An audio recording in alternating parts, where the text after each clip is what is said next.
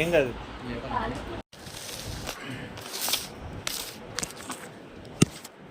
వాక్యంలోకి వెళ్దాము. గలేషియన్స్ 5:19 నుండి 21 వరకు చదవండి. గలేషియన్స్ 5:19-21.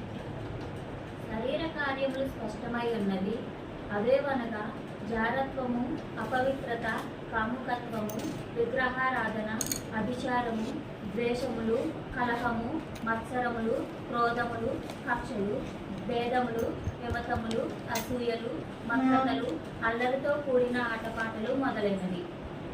22 దాకా చదివాను. వీటిని గురించి నేను చెప్పిన ప్రకారము ఇట్టి వాటిని చేయువారు దేవుని రాజ్యమును స్వతంత్రించుకొనరని మీతో స్పష్టముగా చెప్పుచున్నాను.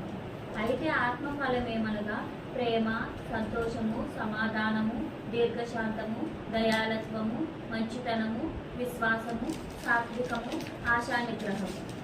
ఇట్టి వాటికి విరోధమైన నియమేమేదీ లేదు. ఆపండి. 19 ఉంటుంది అమ్మా, టోటల్ 19 ఏది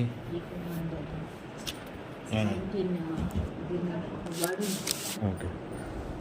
మనం ఏం చదువుతున్నామంటే ఇప్పుడు ఇవన్నీ కూడా ఎన్నో బలహీనతలు ఉన్నాయి మన జీవితాల్లో. మనం డైలీ లైఫ్లో ఇవన్నీ చూస్తూ ఉంటాం. ఏంటది?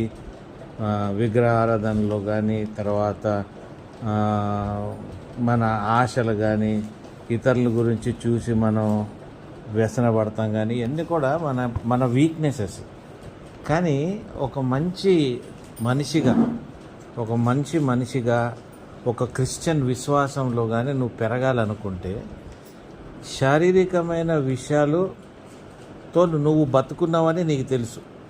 నీ ఉనికిడి అంటే నీ ఎగ్జిస్టెన్స్, నీ ఉనికిడిలో నీ బలహీనతలు ఏంటో నీకు తెలుసు. నువ్వు ఎలాగ చేయబడ్డావో నీకు తెలుసు. నువ్వు ఎలాగుంటున్నావు, నీ తప్పులేంటి, నువ్వు రోజు ఎలాగ జీవిస్తున్నావు, దాని ప్రకారంగా నువ్వు సుఖంగా ఉన్నావా, సుఖంగా లేవా, లేదా నువ్వు ఒక విధంగా వాటిని నువ్వు కాంప్రమైజ్ అయిపోయి వీటితోనే మనం బతికేస్తున్నావా అన్నది ఒక విధం. ఇంకొక ఆస్పెక్ట్ ఆఫ్ మన జీవితం ఏంటంటే స్పిరిచువల్గా, ఆత్మీయంగా మనం ఎలాగున్నాం అన్నది కూడా మనకి గ్రహింపు ఉండాలి. ఇప్పుడు ఒక మనిషి కంప్లీట్గా ఉండాలంటే, ఒక మనిషి ఫుల్గా ఉండాలంటే, ఒకటి ఈ లోకమైన శరీరాత్మకంగా నీలో ఉన్న విషయాలు, నీ ఎగ్జిస్టెన్స్, శరీరంలో నువ్వు ఎలాగున్నావని ఒకటి. రెండోది ఆత్మీయంగా నువ్వు ఎలాగున్నది అన్నది నీకు రెండో విషయం. మనం ఏం చేస్తామంటే జనరల్లీ మన ప్రార్థన కానీ, వాక్యం చదువుకుంటాం కానీ, యేసుప్రభుని చూస్తాం కానీ సమస్తము శరీర రీతిలోనే చూస్తూ ఉంటాం. ఇది ఎక్కడ కూడా మనం ఆత్మీయ రీతిలో మనం చూడం. ఇప్పుడు మనం గమనిస్తే ఈ లోకం కూడా రెండు విధాలుగా మనకి ఎగ్జిస్టెన్స్లో ఉంది. ఈ లోకము, ఈ సృష్టి, ఈ భూమి, ఆకాశము సమస్తము కూడా రెండు విధాలుగా ఉంది. ఒకటేమో అది మామూలుగా భూమి చేయాల్సిన పనిలో, భూమి ఆకాశం చేయాల్సిన దాంట్లో, వాటిలో అవి ఎగ్జిస్ట్ అవుతున్నాయి. కానీ అవి కనబడకుండా కూడా వాటికి ఒక మేనేజ్మెంట్ ఉంది. దానికి కనబడకుండా కూడా దానికి ఒక మేనేజ్మెంట్ ఉంది. ఆ మేనేజ్మెంట్ని మనం ఏమంటామంటే ఇంగ్లీష్లో రెలిమ్ అంటాం. They operate in realm. ఏది? భూమి రాజ్యం. ఒక డిఫరెంట్ రాజ్యం, ఏదో కంట్రోల్ ఉంటుంది. భూమికి కంట్రోల్ ఉంది, వర్షానికి కంట్రోల్ ఉంది, ఆకాశం కంట్రోల్ ఉంది, వెలుగుకి కంట్రోల్ ఉంది, చీకటికి కంట్రోల్ ఉంది. అన్నీ కూడా ఇంకొక ఆస్పెక్ట్. మనకు కనబడే భూమి ఏంటి? మామూలు భూమి మనం చూస్తున్నాం. ఈ ఎర్త్, ఈ గ్లోబ్, ఈ యూనివర్స్ అంటే మనం ఒక విధంగా చూస్తాం. ఇది ఆపరేట్ అయ్యే విధం కూడా ఇంకోటి ఉంది. ఈ ఆపరేట్ అయ్యే విధం కూడా అది స్పిరిచువల్ వే ఆఫ్ ఆపరేషన్. అంటే ఈ విషయంలో చూస్తే మనము 3500 4-5 సంవత్సరాల కిందట, అంటే ఇది రాకముందు, ఏదంటావు, వరదలు రాకముందు, నోవా వరదలు రాకముందు యోబు ఉన్నాడు. యోబు నోవా తర్వాత కాదు, దానికంటే ముందు నుండే ఉన్నాడు. అంటే ఆల్మోస్ట్ 4000, 3500, 4000 సంవత్సరాల కిందట ఈ యోబు ఉన్నప్పుడు ఆ యోబుని దేవుడు ఒక దగ్గర అడుగుతాడు. యోబు 38:6 అడుగుతాడు అనమాట. 38:6 చదవండి. యోబుని అడుగుతుంటాడు. దాని మీద పరిమాణపు కొల వేసిన వాడేవాడు చెప్పింది. దాని స్తంభములకు పాదులు దేని మీద? భూలోకము ఆకాశము సృష్టి మీద. 4 నుంచి చదువుకోవాలి. చదువు నేను. నేను భూమికి పునాదులు వేసినప్పుడు నేను ఎక్కడ ఉంటివి? నీకు వివేకం కలిగింది అలా చెప్పింది. నీకు తెలిసినదా దానికి పరిమాణం నియమించిన వాడేవాడో చెప్పింది. దాని మీద పరిమాణపు కొల వేసిన వాడేవాడో చెప్పింది. దాని స్తంభముల పాదులు దేనితో కట్టబడినో చెప్పింది. ఉదయ నక్షత్రంలో ఏకంగా కూడి ఒక్క లీటర్ తెమ్మని ఆయన. ఉదయ నక్షత్రంలో ఏకంగా కూడి పాడినప్పుడు దేవదూతలందరూ ఆనందించి జయధ్వనం చేసినప్పుడు దాని మూలరాతిని వేసిన వాడెవడు? సముద్రము దాని గర్భము నుండి పొందేదాకా తలుపుల చేత దాన్ని మూసిన వాడెవడు? అయితే ఎవరిని అడుగుతున్నాడు దేవుడు? యోబుని అడుగుతున్నాడు. ఏమని అడుగుతున్నాడు? సృష్టిలో దీని ఫౌండేషన్స్ ఎవరు వేశారు? ఇది సరిహద్దులు కూడా ఎవరు సముద్రాలకి పెట్టాడు? ఇవన్నీ కూడా ఈ ఫౌండేషన్కి కావాల్సినవన్నీ కూడా ఎవరు చేశారు అని యోబుని అడుగుతున్నాడు. అంటే ఎవరో చేసినోడు ఒకడు ఉన్నాడనే కదా, ఇవన్నిటిని చేసినోడు ఒక ఆయన ఉన్నాడనే. అంటే యోబుకి ఆయన గుర్తు చేస్తున్నాడు ఏంటి? ఆత్మీయతనం ఏంటి? What is the other realm of his క్రియేషన్లో ఉన్న అదర్ రెలిమ్ ఏంటి అన్నది ఆ 4000 సంవత్సరాల ముందే కూడా దేవుడు చెప్తూనే ఉన్నాడు. ఈ రెలిమ్ ఆపరేషన్ అనేది ప్రతి ఒక్క క్రైస్తవుడు పుట్టినప్పటి నుండి, మానవుడు పుట్టినప్పటి నుండి కూడా రెలిమ్లో ఆపరేట్ చేస్తూనే ఉన్నాడు రాజ్యంలో. ఈరోజు కొత్తగా నువ్వు నేను రెలిమ్లో ఆపరేట్ చేస్తాం, కానీ రెలిమ్ని చూడాలనుకుంటాం అన్నది మనదేం కొత్తతనం కాదు. అప్పుడే అడుగుతున్నాడు దేవుడు, దీని ఫౌండేషన్స్ ఎట్లా, ఎలాగ నిలబడ్డాయి, ఎలాగ ఈ సృష్టి ఎలాగ ఉంది, ఇదంతా ఎలాగ జరిగింది, నీ జీవితం నువ్వు ఎలాగ ఉన్నావు అన్నది ఆయన ముందు నుండి అడుగుతున్నాడు. మనం కూడా తెలుసుకోవాల్సింది ఏంటంటే, ఈ శారీరకంగా అవసరతలు, ఈ జీవితం అక్కర్లు, జీవితంలో కావాల్సిన కష్టం ఎవరినైనా వస్తుందా? ఇంకా నువ్వు కూర్చో. అర్థం కావట్లేదా నీకు? కొంతసేపు అయినాక అర్థమవుతుంది నీకు. ఈ శరీరంకి కావాల్సింది, కుటుంబానికి కావాల్సినది, ఈ జీవితం కావాల్సింది ఏంటి ఉంది అన్న ఆలోచనే కాకుండా దీనికి మించి నీ జీవితంలో ఏముందని కూడా నువ్వు గ్రహించాలి. ఈ మించి గ్రహించేది ఏంటంటే ఆత్మీయ జీవితం. ఇప్పుడు నువ్వు శరీరంతోనే చేయబడలేదు, నీలో శరీరం ఉంది, సోల్ ఉంది, స్పిరిట్ ఉంది. అంటే నీ స్పిరిట్ని దేవుడు ఊదాడు కదా, అంటే ఆత్మీయంగా కూడా నువ్వు బతుకున్నావు కదా. కాబట్టి రెలింలోనే మనం బతకాల్సిన అవసరత ఎంత ఉంది అంటే, రాజ్యంలో బతకాల్సిన అవసరత మనందరికీ కూడా 100% ఉంది. భూమిలోని భూలోకానికి ప్రకారంగానే నువ్వు బతకాలనుకుంటే నీ లైఫ్లో నువ్వు ఏది కూడా సాధించలేవు. గంటలు నువ్వు ప్రార్థన చేస్తున్నావు, నీకు జవాబు రాదు. వచ్చినా కొన్ని వాటికి జవాబు వస్తాయి, కొన్ని వాటికి జవాబు రాదు. నీకు స్పష్టంగా ఇతరుల జీవితంలో ఏమి జరుగుతుంది, వాటి గురించి మనం ఎలాగ ప్రార్థన చేయాలి, వాటి నుండి మనం ఎలాగ బయటపడాలి, మనం ఆయన శాంతి సమాధానం ఎలా పొందుకోవాలి అన్నది కూడా గ్రహింపు లేని జీవితంలో మనం బతుకుతున్నాం. ఈరోజు మనం తెలుసుకోవాల్సింది ఏంటంటే, ఆత్మీయంగా నువ్వు ఎవరు, యాజ్ ఎ స్పిరిచువల్ పర్సన్ నీలో ఆ స్పిరిచువాలిటీ, నీలో ఆత్మీయతనము నీలో ఉందా, ఆత్మలో నువ్వు బతుకుతున్నావా లేదా అన్న ఒక గొప్ప ప్రశ్న నిన్ను నువ్వు వేసుకోవాలి. ఈ గొప్ప ప్రశ్న నువ్వు వేసుకుంటే నువ్వు శరీరంగా బతుకుతున్నావా, ఆత్మతో బతుకుతున్నావా అన్నది నీకు ఒక స్పష్టమైన గ్రహింపు ఉంటుంది. నువ్వు ఎన్ని ప్రార్థనలు చేసినా ఎందుకు నీ ప్రార్థనలకి జవాబు ఉండదంటే, నువ్వు శరీరంతోనే ఉన్నావు. దేవుడు శరీరధారి కాదు, దేవుడు ఆత్మీయధారి. నువ్వు శరీరధారితోని, శరీరము నీ ఫ్లెష్తోని దేవుని దగ్గరికి వెళ్ళి నువ్వు అడుగుదామంటే ఆ ఫ్లెష్ని దేవుడు యాక్సెప్ట్ చేస్తాడా లేదా అన్నది నీకు ఒక డౌటే కాదు, యాక్సెప్టే చేయడు ఆయన. శరీరంతో నువ్వు వెళ్తే నేను యాక్సెప్ట్ చేయలేడు. ఎందుకంటే ఇప్పుడు ఎవరైనా నీ ఇంటికి రావాలి నీకంటే నీకు ఆ మనిషి తెలిసినోడు అయ్యి ఉండాలి. తెలవనోడిని ఇంటికి రానియవు కదా, తెలవనోడిని రానియవు, తెలిసినోడిని అయితేనే రానిస్తావు.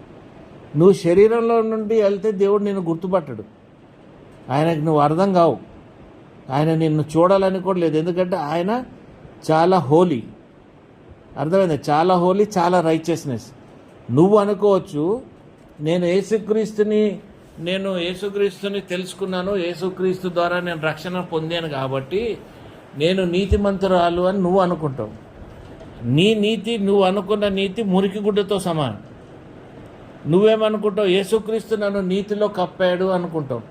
ఆయన నీతిలో నిన్ను కప్పాలనుకుంటే నీకు ఫస్ట్ హోలీనెస్లోకి నువ్వు ఉండాలి. ఎప్పుడైతే నువ్వు యేసుక్రీస్తు హోలీనెస్లోకి నువ్వు వస్తావో, ఆ హోలీనెస్ వచ్చినప్పుడే యేసుక్రీస్తు నీతితో నువ్వు కప్పబడతావు. అర్థమైందా మీకు? నీకు హోలీనెస్ ఎప్పుడు వస్తుంది? నువ్వు ఆత్మీయ జీవితం జీవిస్తాం మొదలెట్టినప్పుడు నీలో హోలీనెస్ వస్తుంది. అర్థమైందా మీకు? హోలీనెస్ ఎప్పుడు వస్తుంది? ఆత్మీయ జీవితంలో ఉంటే నీకు హోలీనెస్ వస్తుంది. నీవు ఎప్పుడు ఆత్మీయ జీవితంలోకి వెళ్తావు? పాపాన్ని విడిచిపెట్టినప్పుడు నువ్వు ఆత్మీయ జీవితంలోకి వెళ్తావు. అర్థమైంది? ఆత్మీయ జీవితంలోకి వెళ్ళినప్పుడు క్రీస్తు నిన్ను ఏం చేస్తాడు? ఆ హోలీనెస్లో నిన్ను నడిపించినప్పుడు నీకు పాప క్షమాపణ అనుగ్రహిస్తాడు, ఫుల్ రిపెంటెన్స్ అనుగ్రహిస్తాడు. ఫుల్ రిపెంటెన్స్ పొందినాక ఆయన నీతితో నిన్ను కప్పుతాడు. ఆ నీతితో కప్పినప్పుడు నువ్వు ఆటోమేటిక్గా పాపం నుండి, నీ ఆలోచనల నుండి, నీ దుర్మార్గమైన తలంపుల నుండి, వీటన్నిటి నుండి నువ్వు దూరంగా ఉంటున్నావు. కాబట్టి you are covered by the righteousness of Jesus Christ. అర్థమైందా? దినదినము నువ్వు ప్రార్థన చేస్తావు. నువ్వు ప్రార్థన చేసినప్పుడు యేసుప్రభువుని చూస్తూ ఉంటావు, యేసుప్రభునే నువ్వు గమనిస్తూ ఉంటావు, యేసుప్రభునే నువ్వు గ్రహిస్తూ ఉంటావు. ఏమని? ఈయన శరీరధారి అయి ఉన్నాడు కదా, ఈయన శరీరధారి అయి ఈయన మరణించున్నాడు కాబట్టి ఈ యేసుప్రభు నాకు ఇవన్నీ చేసి పెడతాడు అని అనుకుంటావు. యేసుప్రభు శరీరధారి అయి నీకేమీ చేయడు. శరీరధారిగా నీకేమీ చేయడు. నువ్వు 24 గంటలు యేసుప్రభుని ప్రార్థన చేస్తూ ఆయన్నే ఇమాజిన్ చేసుకుంటూ, ఆయన ఇలాగున్నాడు, సిలువ మీద ఉన్నాడు, సిలువ ఇట్లుంది, నాకు అదట్లుంది, యేసుప్రభు వచ్చాడు, యేసుప్రభు నన్ను చూశాడు, యేసుప్రభు ద్వారా అంటే దానివల్ల నీకు జరిగే గొప్పతనం ఏమీ లేదు. యేసుప్రభుని చూడాలి అంటే, యేసుప్రభువుని నువ్వు గ్రహించాలంటే, యేసుప్రభువులో నువ్వు నడవాలంటే, యేసుప్రభు ఆత్మీయ జీవితం ఉంది, యేసుప్రభు ఈ స్పిరిట్ అన్నది నువ్వు గ్రహించాలి. అర్థమైంది మీకు? As long as you see Jesus in flesh, you will never receive him. ఆయన్ని శరీరంగా చూస్తే నువ్వు ఎప్పుడు ఆయన్ని పొందుకోలేవు. నువ్వు గుడికి వెళ్ళినా యేసుప్రభుని శరీరంలోనే చూస్తావు. నువ్వు గమనించుకో, నువ్వు ఎప్పుడు గుడికి వెళ్ళినా ఆ ప్రభురాత్రి భోజనం దగ్గరికి వెళ్ళి ప్రభురాత్రి భోజనం తీసుకుంటున్నప్పుడు కూడా నీకు యేసుప్రభు శరీరంగానే కనబడతాడు. అవునా కదా? మీరు సరిగ్గా చెప్పండి. ఎలాగ శరీరం? ఆయన కొట్టబడినట్టు, ఆయనలో రక్తం బయటకు వచ్చి ఆయన కష్టపడుతున్నట్టు, ఆయన నా వలన చనిపోయినట్టు, ఆ రక్తాన్ని నువ్వు పొందుకున్నట్టు ఇలాగ చూస్తావు. కానీ క్రీస్తు ఆత్మీయంగా ఎంత జయించాడు నీ కొరకు, క్రీస్తు నీలో ఆత్మీయంగా ఎంత ఉన్నాడు అన్న నీకు గమనం ఉండదు. అర్థమవుతుందా? ఇంట్రెస్టింగ్ లేదా? అర్థమవుతుంది కదా? ఇంట్రెస్టింగ్ ఉందా లేదా? So what is important is physical ఎమోషన్లో నువ్వు క్రీస్తుని నువ్వు పట్టుకోలేవు. నీకున్న ఫిజికల్ ఎమోషనల్ అంటే నీకున్న దుఃఖము, నీకున్న బాధ, ఈ ఫిజికల్గా నువ్వు యేసుక్రీస్తుని పట్టేస్తాం అనుకుంటే అది అయ్యే పని కాదు. నువ్వు ఆత్మీయంగానే ఆయన్ని నువ్వు పొందుకోగలుగుతావు. ఆత్మీయంగా క్రీస్తుని నువ్వు అనుభవించి ఆత్మీయంగానే ఆయన నామము తీసుకున్నప్పుడు పరలోకమందు కార్యాలు జరుగుతూ ఉంటాయి. యాజ్ లాంగ్ యాజ్ నువ్వు శారీరకంగా క్రీస్తుని ఫ్లెష్లోనే తీసుకొని ఫ్లెష్లోనే నీ పని జరిగిపోతుంది, ఫ్లెష్లోనే నీకు అన్నీ అవుతున్నాయి అనుకున్న దినాన్న ఏది కూడా నెరవేర్పు ఉండదు.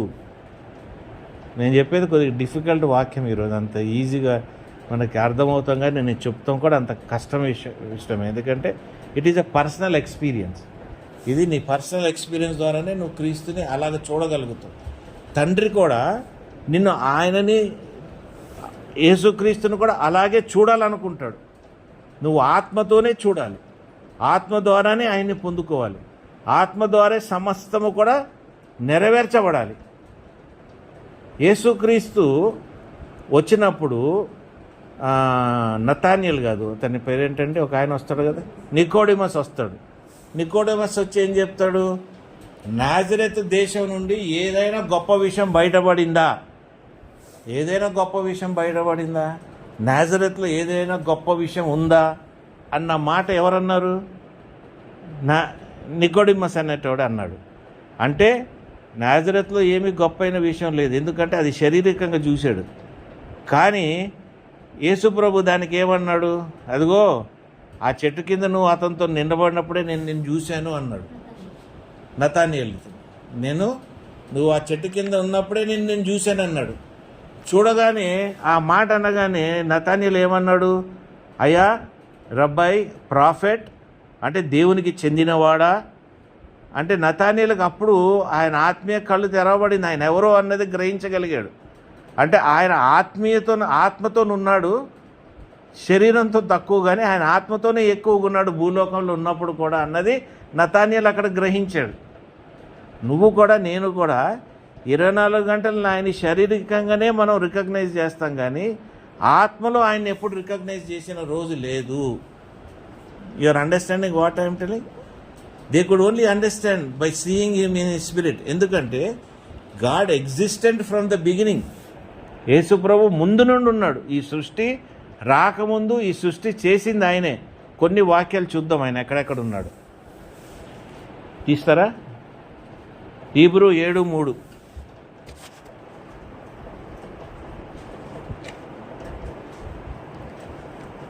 ఎవనికి అబ్రహాము అన్నిటిలో 10 మంది ఇచ్చెను, ఆ షాలేము రాజును మహోన్నతుడకు దేవుని యాజకుడునైన మెల్కీసెదెకు నిరంతరము యాజకుడుగా ఉన్నాడు.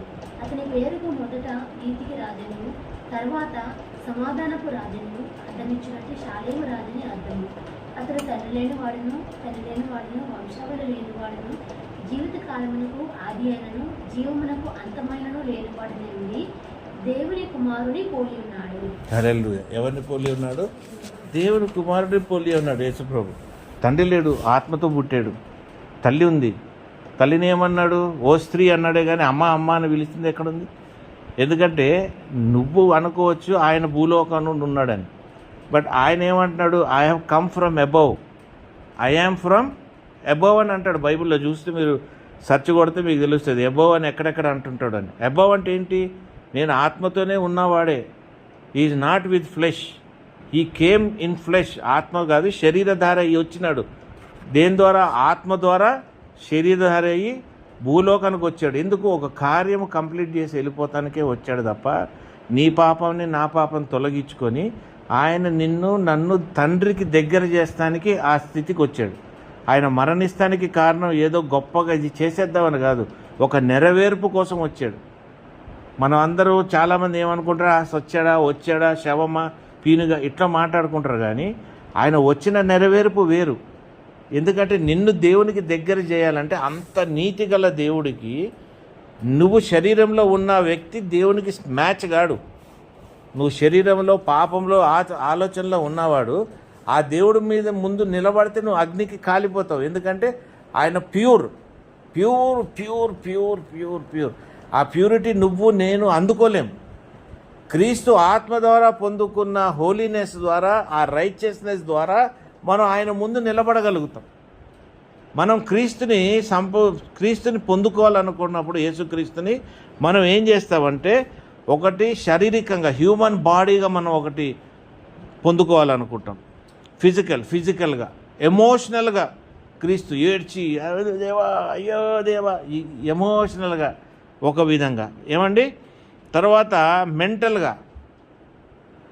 మెంటల్గా ఆలోచిస్తూ అబ్బా నాకు దేవుడు చాలా దగ్గరండి, నేను ప్రార్థన చేస్తే నాతో ఉంటాడు, నాతో మాట్లాడుతుంటాడు, నేను ఆయనతో వెళ్ళిపోతుంటాను అని ఎంతోమంది పనికిరాని మాటలు మాట్లాడతాడు. కానీ ఆ ఆత్మీయ జీవితంలో వాడికి ఎంత దగ్గర ఉన్నాడో యేసుక్రీస్తు అనేది వాడికి గ్రహింపు ఉందో లేదో మనకు తెలియదు.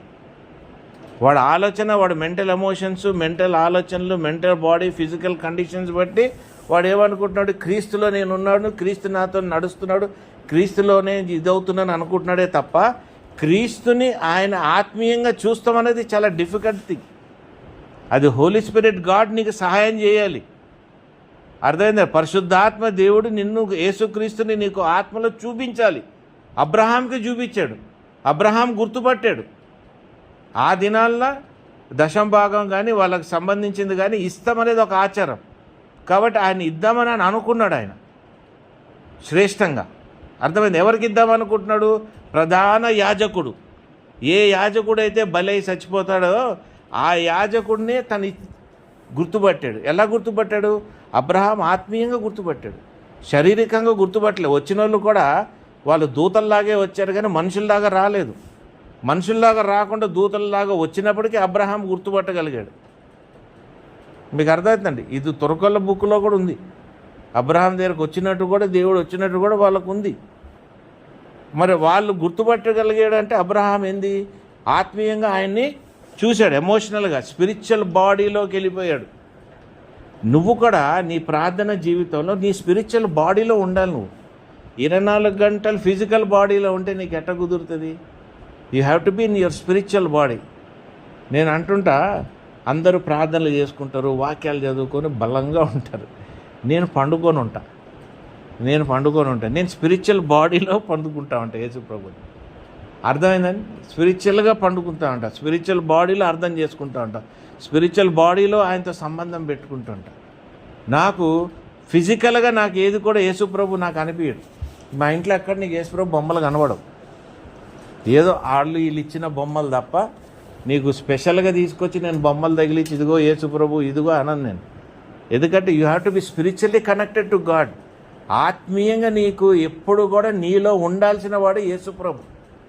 నిన్ను వదిలిపెట్టి వెళ్ళాడు. ఎందుకంటే ఆయన నీతితో కప్పాడు కాబట్టి, ఆ నీతిని ఆయన వదిలిపెట్టి వెళ్ళాడు కాబట్టి, నిన్ను పర్ఫెక్ట్ చేస్తున్నాడు కాబట్టి, ఆ నీతి వల్ల నువ్వు పర్ఫెక్ట్ అయిపోయినావు. అంటే నువ్వు కరెక్ట్ అయిపోయినావు. పాపం లేదు నీలో, మంచితనం ఉంది, ఒక కొత్త నూతనంగా ఉన్న మనిషివి నువ్వు. కాబట్టి నిన్ను వదిలిపెట్టి ఆయన ఎక్కడికి వెళ్తాడు? మరి నువ్వు ఎందుకు ఎతుకుతున్నావు? ఎమోషనల్గా ఎతుకుతుంటావు, ప్రార్థనలు ఎతుకుతుంటావు, భయంకరంగా ఎతుకుతుంటావు. ఎక్కడ ఎతుకుతున్నావు నువ్వు? నీలో ఉన్నవాడిని నువ్వు రికగ్నైజ్ చేయవే. నీలో ఆయన ఉన్నాడన్న దాన్ని నువ్వు గ్రహించవే. గ్రహించకుండా బయట నుండి ఏమి ఎతుకుతున్నావు? నువ్వు ఏమి ఎతకగలుగుతావు? నువ్వు చెప్పు. ఈ లోకాన్ని ఎతకగలుగుతావు, ఈ సృష్టిని ఎతకగలుగుతావు. ఈ సృష్టిలో ఉన్న సమస్తాన్ని నువ్వు మళ్ళీ పరిగెత్తుంటావు వాటి వెనకాల. ఎందుకు వెనకాల పరిగెత్తాల్సి వస్తుంది నీకు? నీలో ఆయన లేడు కాబట్టి, నువ్వు ఆయనని ధరించలేదు కాబట్టి you are very weak. Because you are weak, you are running after so many things. అర్థమవుతుందా మీకండి? కాబట్టి మీరు కరెక్షన్ చేసుకోవాలి. మీ లైఫ్ని మీరు తెలుసుకోవాలి. ఆత్మీయంగా నేను ఎవరిని, ఆత్మలో నేను ఎలాగున్నాను, ఆత్మలో నేను ఎలాగా కట్టబడుతున్నాను. హ్యాబిటాట్ అంటే నీతో పాటు నివాసము. నీ నివాసము ఏమేమి ఉన్నాయి? ఒకటి వర్డ్, దేవుని వాక్యము నీ నివాసం. ఆయన ప్రైజ్ అనేది నీ నివాసం. ఎప్పటికప్పుడు ఆయన స్తుతిస్తాం, ఆయనకి స్తోత్రం చెప్తాం, ఆయనకి హల్లెలూయా చెప్తాం. అయ్యా నువ్వు ఇలాగున్నావు అలాగున్నావు అని గ్రహిస్తారని ఏమంటారు? నివాసము అంటే హ్యాబిటాట్. ప్రైజ్ ఒకటి, వర్డ్ ఒకటి, తర్వాత నీ రెన్యూవల్ ఆఫ్ యువర్ మైండ్, నీ ఆలోచన విధానాన్ని నువ్వు మార్చుకుంటావు. నువ్వు ఎప్పుడైతే ఆలోచన విధానం మార్చుకుంటావో నీలో నివసిస్తానికి ఆయన నీలో ఉంటాడు. ఎవరుంటారు? ఆత్మ. మళ్ళీ నీలో ఆయన ఉంటాడు అంటే శరీరంలో ఆలోచించు. యేసుప్రభు ఇలాగ ఉంటాడు, ఈయన వచ్చి అలా ఉండడు. ఆయన ఆత్మలో నీలో ఉంటాడు. అంటే నీ ఆత్మని శరీరాన్ని దూరం పెట్టి, నీ కోరికలు వీటిని దూరం పెట్టి ఆత్మతో నువ్వు జీవిస్తావు, నేర్చుకోవాలి. హోలీ స్పిరిట్ దేవుణ్ణి నువ్వు పొందుకోవాలి. పరిశుద్ధాత్మ దేవుణ్ణి నువ్వు పొందుకున్న దినాన ఇవన్నీ కూడా నీకు సులభంగా తెలుస్తూ ఉంటాయి. సులభంగా నువ్వు ఎక్కడున్నావో నీకు తెలుస్తూ ఉంటాయి. ఎవరి జీవితంలో ఏం జరుగుతుందో నీకు తెలుస్తూ ఉంటాయి. నీకు దేవుడు చెప్తూ ఉంటాడు ఆడి జీవితంలో ఇది జరుగుతుంది. ఎందుకు? ఆయన ఆత్మీయంగా నీలో ఉన్నాడు కాబట్టి, ఆయన నీతో ఒకటై ఉన్నాడు కాబట్టి, ఆయనకి ఇంపార్టెంట్ అనుకున్నవి నీకు చెప్తూ ఉంటాడు. ఆయన ఎవరినైనా ప్రేమించాడు అనుకో ఒక బిడ్డని, ఆ బిడ్డ జీవితంలో ఎన్నో గొడవలు, ఎన్నో పరిస్థితులు బ్యాడ్ ఉంటాయి. ఆ పరిస్థితులు బ్యాడ్ని మంచి చేస్తానికి నీకు బయలుపరుస్తూ ఉంటాడు. నీకు అర్థమైంది? యేసుప్రభు గొప్పతనం ఏంటంటే, భారతి వచ్చిందని చెప్పి నేనేమో భారతి గొప్పది, భారతి నాకు అవసరం ఉందని కాదు. నాలో ఉన్న యేసుప్రభు ఆత్మ నాకు నీ అవసరతలు ఏముందో నాకు చెప్తాడు. ఈ అవసరతలు బట్టి ఆమె గురించి నువ్వు ప్రార్థన చేసి ఆమెను నడిపించినప్పుడు, ఆమె అవసరతలన్నీ తీర్చి ఆమె ఆత్మీయంగా నువ్వు సిద్ధపరచుకో అన్నట్టుగా మనకి చెప్పినప్పుడు, ఆత్మీయంగా మిమ్మల్ని సిద్ధపరచుకోవడానికే నా బాధ్యత. దాని తర్వాత మీరు ఎలా బతకాలనుకున్నది మీ ఇష్టం. మీరు దేవుణ్ణి శరీరంగా తీసుకుంటారా ఆత్మీయంగా? నువ్వు శరీరంగా తీసుకుంటావంటే రెండో రాకడలో నువ్వు ఎత్తబడవు. తండ్రి ముందు నువ్వు నిలబడే అర్హత నీకు ఉండదు. ఎందుకంటే ఆయన ఆత్మీయం. ఆత్మ. Worship the God in the spirit and in truth. ఆత్మతోనే ఆయన వర్షిప్ చేయాలి, ఆయన్ని ఆరాధించాలి. ఆత్మలేంది నువ్వు దేవుడిని ఆరాధించలేవు. శరీరంగా నువ్వు ఎట్లా ఆరాధిస్తావు? వెళ్ళిపోయి గంట కొడతావా, దీపం పెడతావా, బుడ్డు పెడతావా? ఇది ఏమంటారు దాన్ని? బుడ్డు పెట్టేసి మళ్ళీ బొట్లు పెట్టేసుకొని, ఇది కాదు కదా. This is not your worship. నువ్వు నీ హృదయంలో నుండి, నీ ఆలోచనలో నుండి, నీ తలంపుల్లో నుండి, నీ ఉనికిడిలో నుండి, నీ ఉనికిడిలో నుండి ఎప్పుడంటావు? నువ్వు నేను ఒకటై ఉన్నామా లేదా అని దేవుడిని అడుగుతావు. నువ్వు దేవుడు ఒకటే కాకుంటే నీ జీవితంలో నువ్వు ఎప్పుడు ఫ్రీగా ఉంటావు? ఎప్పుడు నీకు భారమే కదా. మీకు అర్థమైందా? నీకు భారమే. నువ్వు నా అంత ఫ్రీగా ఉండలేవు. You cannot live. You might be living in spirit, but you are not practising spirit. You have to be in spirit. మీకు అర్థమవుతుందా? ఇప్పుడు నాకు ఫోన్ అవసరం లేదు. ఫోన్ లేనిది కూడా నేను చూడగలుగుతా, ఆలోచించగలుగుతా, అడుగుతా దేవుడికి నాకు అవసరం అనిపిస్తే. ఎందుకు? I'm well connected in spirit. ఇది నేను గొప్పగా చెప్పాలని చెప్పట్లేదు, మీకు చెప్తున్నాను. This is general fact. ఇప్పుడు నా కొడుకు నిద్రపోతున్నాడు కెనడాలో అంటే నేను ఆత్మలో చూసుకుంటా, వాడు నిద్రపోతున్నాడా, వాడు ఏం చేస్తున్నాడని నేను చూసుకుంటా. అర్థమైంది? క్రీస్తు ద్వారా తొంగి చూస్తూ ఉంటా. పండుకొని ఉన్నాడా, ఏం చేస్తున్నాడు, కరెక్ట్గా ఉన్నాడా లేదా తొంగి చూస్తుంటా. నేను ఎవరినైనా అలాగ చూసినప్పుడు నేను ఆత్మీయంగా చెప్పగలుగుతా, వీడు రేపు ఎల్లుండి ఎలాగుంటాడు అని నాకు తెలుస్తూ ఉంటుంది. ఈ సాక్ష్యాలు నా భార్య పిల్లలు అడిగినా చెప్తారు. బయట వాళ్ళకి మీకు చెప్పకపోయినా ఒక మనిషిని చూస్తే చెప్తా, ఈ మనిషి ఇలాగున్నాడు, ఇలాగున్నాడు, రేపు ఇలాగుంటాడని చెప్తాను నేను. దాన్ని బట్టి వాళ్ళకి అర్థమవుద్ది, ఓహో ఈయన చూసింది కరెక్ట్ అని. నిన్న రాత్రి కూడా చెప్పుకుంటున్నారు, నువ్వు చూసి మా ఇంట్లో నువ్వు చెప్పేవు అలాగే ఉందని పరిస్థితి. అలాగా we will see, because you are connected, well connected with God. ఈ స్పిరిట్లో నా ఉనికిడి ఏంటి? వచ్చిందా అమ్మా? ఆపేసి ఆమెకు చెయ్యి. వచ్చిందా? స్పిరిట్లో, ఆత్మలో నేనేంటి, ఆత్మీయంగా నేను ఎలాగున్నాను అన్నది ఎప్పటికప్పుడు నేను మెజర్ చేసుకుంటా ఉంటాను. ఎందుకంటే జాన్ 3:31 నుండి 36 చదవండి.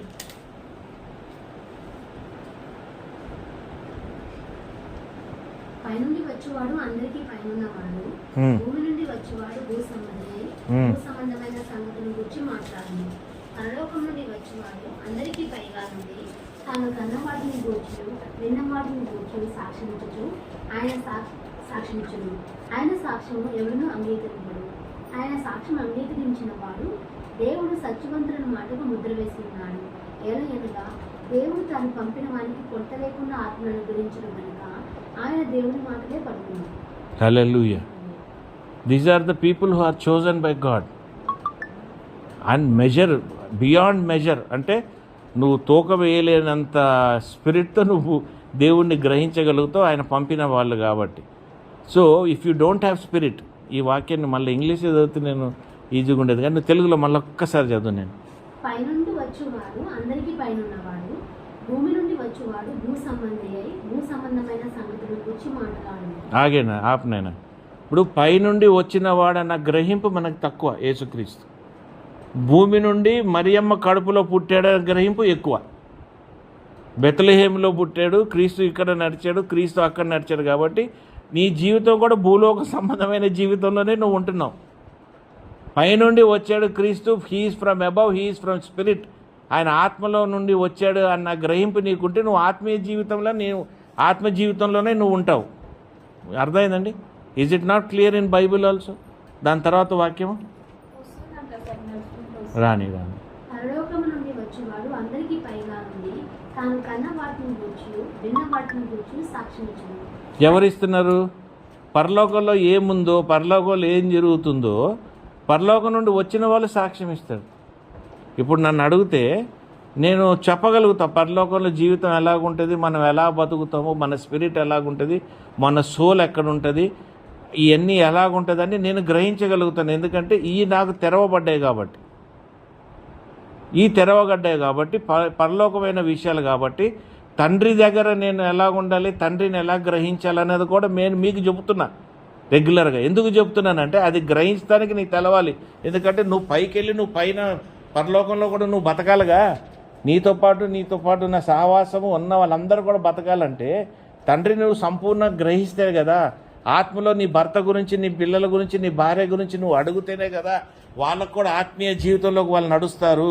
నువ్వు ఆత్మీయ జీవితంలోకి నువ్వు అడగకుండా దేవుణ్ణి, నీకు నువ్వే నాకు అన్నీ తెలుసని నువ్వు నడిచేస్తుంటే నువ్వు ఈ భూలోక ప్రకారంగానే నువ్వు నడుస్తావు. పరలోక ప్రకారంగా నువ్వు నడుస్తానికి వీలు లేదు. ఎందుకంటే నీకు సాక్ష్యము లేదు. పరలోకం నుండి నీకు సాక్ష్యం లేదు. నీకు పరలోకంలో ఏది నెరవేర్చబడి ఉన్నాయో, నీకేం జరగాల్సిన పరలోకాలు ఉన్నాయి అన్నది నీకు గ్రహింపు లేదు. నా నెరవేర్పు నాకు తెలుసు పరలోకంలో.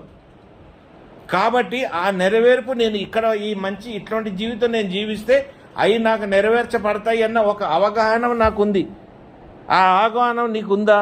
Do you have that consciousness that if I live a life here in this world, ఈ లోకంలో ఇటువంటి జీవితం నేను జీవిస్తే పరలోకంలో నాకు ఇది ఉంది కదా, ఇది నాకు ఇచ్చిపెట్టింది కదా, ఓ ఇవన్నీ నేను పొందుకుంటావు, ఇవన్నీ నాయి కదా అని నీకు తెలుసా? నా ఫిక్స్డ్ డిపాజిట్లో ఇంత డబ్బు ఉంది, ఇంత క్యాష్ ఉంది, ఇంత ట్రాన్స్ఫర్ ఉంది, ఇంత డీడీలు వచ్చినాయి, ఇంత వచ్చిందని నాకు పరలోకంలో ఏముందో నాకు తెలుసు. నీకు తెలుసా? తెలవదు. కాబట్టి నీతో ఉన్న వాళ్ళని కూడా నువ్వేం చేస్తున్నావు?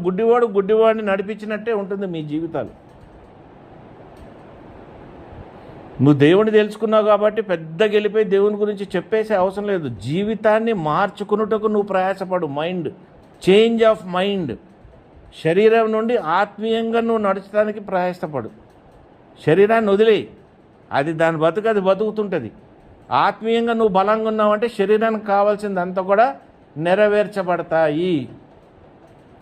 అర్థమవుతుందండి మీకు? Things above. నెక్స్ట్, ఆయన సాక్ష్యము అంగీకరించిన వాడు దేవుడు సత్యవంతులను మాటకు ముద్ర వేసి ఉన్నాడు. ఏలయనగా దేవుడు తాను పంపిన వానికి కొలత లేకుండా ఆత్మను అనుగ్రహించిన కనుక ఆయన దేవుని మాటలే పలుకును. ఇది ప్రేమయ్య, నువ్వు ఆత్మీయంగా జీవిస్తున్నావు కాబట్టి, ఆత్మ నువ్వు పొందుకున్నావు కాబట్టి, క్రీస్తు ఆత్మతో నువ్వు ముద్రించబడిన వాడివి. You are sealed by the spirit of God. నిన్ను ఎవ్వరూ కూడా దొంగిలించలేరు. నీ ఆలోచన నిన్ను దొంగిలించలేదు. నీ భూలోకంలో ఉన్న పరిస్థితులు నిన్ను దేవుడి నుండి దొంగిలించలేవు. నీ భూలోకంలో ఉన్న స్థితి దేవుడి నుండి దొంగిలించలేను అన్నప్పుడు నువ్వు అతి సుఖంగా ఉంటావు, అతి ప్లెజర్లో ఉంటావు, పీస్ ఆఫ్ మైండ్లో ఉంటావు, హ్యాపీనెస్లో ఉంటావు, జాయ్లో ఉంటావు. ఇవన్నీ యాడ్ చేసినప్పుడు ఇంక నిన్ను దొంగిలిచ్చే దేవుడు ఇదంతా ఆత్మీయంగా సంపూర్ణంగా ఉంది. నువ్వు గలేషన్స్ 5లో చూసావు కదా, లాంగ్ సఫరింగ్స్ ఏమేమి ఉన్నాయి కదా. ఇవన్నీ ఎప్పుడు? ఆత్మలో నువ్వు నిండుగా ఉన్నప్పుడు, దేవునిలో బలంగా నువ్వు ఉన్నప్పుడు, క్రీస్తు ఎవరో నువ్వు గ్రహించినప్పుడు. శరీరంగా కాదు, ఫోటోలో కనబడినట్టు రక్తంతో కాదు, ఆత్మతో. నీకు ఎవరు ఆయన? నీ భర్త నీకు ఆత్మలో ఎవరు నీకు తెలియదా? నువ్వు నీ భర్తకి ఆత్మీయ సంబంధం, సోల్మేట్ అంటారు కదా. మేమిద్దరము ఒక ఆత్మ, ఒకటే సార్ ప్రేమికులు అంటారు కదా. అమ్మ నాయన ఎవడు చెప్పిన ఇక్కడ అంటే ఇప్పుడు రీసెంట్గా పరారీలో ఉంటున్నారంట జనాలు. ఎందుకు? వాళ్ళిద్దరు ఆత్మలు ఒకటైపోతున్నాయి మా ఏరియాలో. రోజుకు ఒకడు వారిపోతున్నారు. ఎందుకు? దేర్ సోల్స్ ఆర్ ఒకటి. వీడి సోలు ఇది నమ్ముతుంది, వీడి సోల్ని వీడి నమ్ముతుంది. కాబట్టి 2 సోళ్ళు జతబడిపోయినాయి కాబట్టి కలిసి పాపం చేస్తున్నారు. కలిసి పాపమైన జీవితం, కలిసి పనికిరాని జీవితం.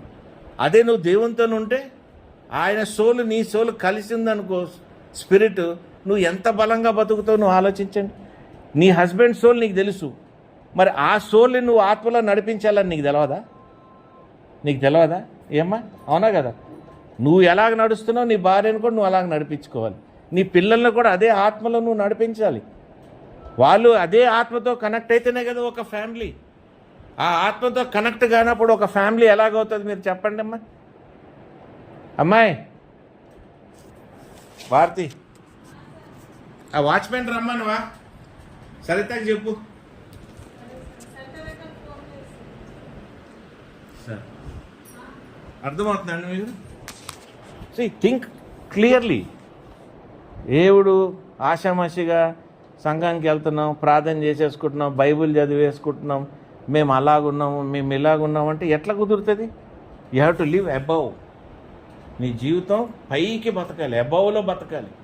ఎప్పుడు అబౌవ్లో బతుకుతావు? అబౌవ్ నుండి వచ్చిన వాడితో నువ్వు కనెక్ట్ అయితేనే కదా అబౌవ్లో బతికేది. ఆయన ఎలా కనెక్ట్ అయి ఉంటావు? నువ్వు ఆత్మతో కనెక్ట్ అయి ఉంటావు. You are with the spirit, you are not with the flesh. Flesh doesn't belong to God. శరీరము దేవునికి ఎనిమిటీ అని ఉంది బైబిల్లో. శరీరము దేవునికి ఎనిమిటీ, ఆత్మ దేవునికి దోస్తి. బలహీన మాటలు ఎందుకు, బుద్ధి లేని మాటలు ఎందుకు, మనకి ఈ లోకానికి సంబంధించిన మాటలు మనకి ఎందుకు? పాలు విషయంలో చూస్తే రోమన్స్ 17-18 చదువు నేను.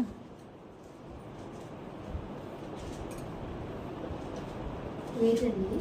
ఆ, 8:78. అవును నాయన.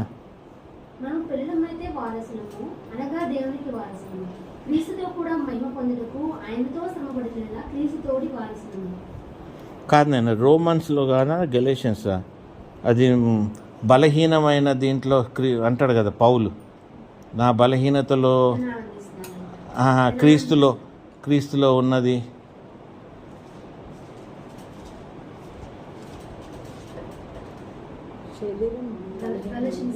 నేను వీక్గా ఉన్నా కూడా దేవునిలో ఉండాలనుకున్నా కూడా వీక్గా ఉంటా, వీక్గా ఉండాలనుకున్నా కూడా నేను అంటాడు కదా ఒక దగ్గర పౌలు ఏమంటాడు, నేను వీక్గా, అది కాదు నాయన, ఇంకో దగ్గర నేను మంచి చేయాలనుకున్నా చెడు మార్గం. 8:6 కదా, రోమన్స్ కదా నాయన, ఏది 7:18, అది 7, అది నేను 17 అని రాసుకున్నా. Flesh is weak. కావున ఇకను దాని చేయనిది నా యందు నివసించు పాపమే గాని నేను కాదు.